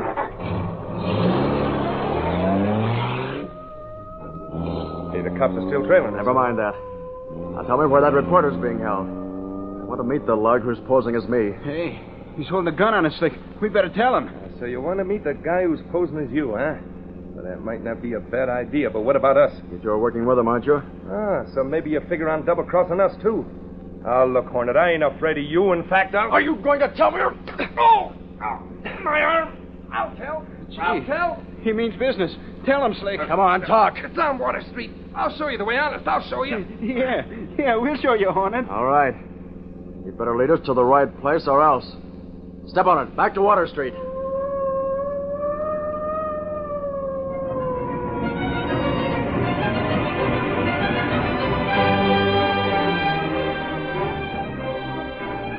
In the meantime, back in the hideout, the man known as the boss, whom Slick had waylaid and tied up, regained consciousness. After much struggling, he succeeded in loosening his bonds. Getting to his feet, he was about to remove the mask when Slick had put over his face when he saw Lowry looking at him. Yeah. Maybe this mask isn't such a bad gag after all. Hey, who do you think you are, the Hornet? Maybe I am at that. But you won't know for sure. Those other two punks won't dare do any squealing. But if you got away, you might. So there's going to be a certain duty for me to perform. Hey, what do you mean? You, my friend, are in the way. Gun, huh? Yeah, what a man you are. With me all tied up like this. Perhaps you'd rather die standing on your feet. All right. I'll loosen the cord on your feet. There. There! Oh, show you. Oh, so that's your trick, huh? Kicking the gun out of my hand. Now, I'll get my gun. This time I'll use it. Hold it, Lug. The Green Hornet. Got you covered, killer. Now come on in here, you two. So, Jitters and Slick, you've been dealing with this sneak and turned against me, huh? No, you got it wrong, boss. He's been dealing with us. No, honest, boss. I'll show you two. No, you don't. Now you can take it. No. Yes. Watch out. Rush him, Jitters, before he gets us, too. This is for you, Slick. No. Gee, I give up. I ain't wanting any of that stuff. Take it, killer. Now, the police, they heard the shot. It's a good thing they followed us here, Cato. Yes, Mr. Briggs. There's Lowry safe. They'll get him all right. Come on, let's get going.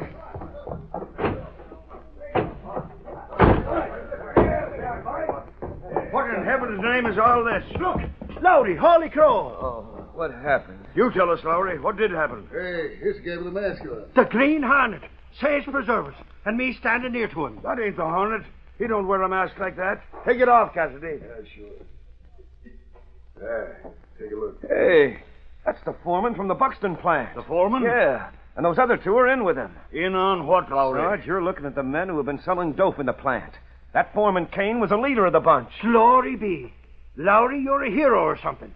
Wait till Reed hears about this. How did you knock 'em all out with your hands tied like that? You dimwit. Can't you see they've been gassed?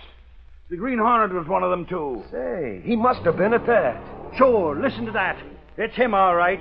The head dope peddler of them all. The Green Hornet himself.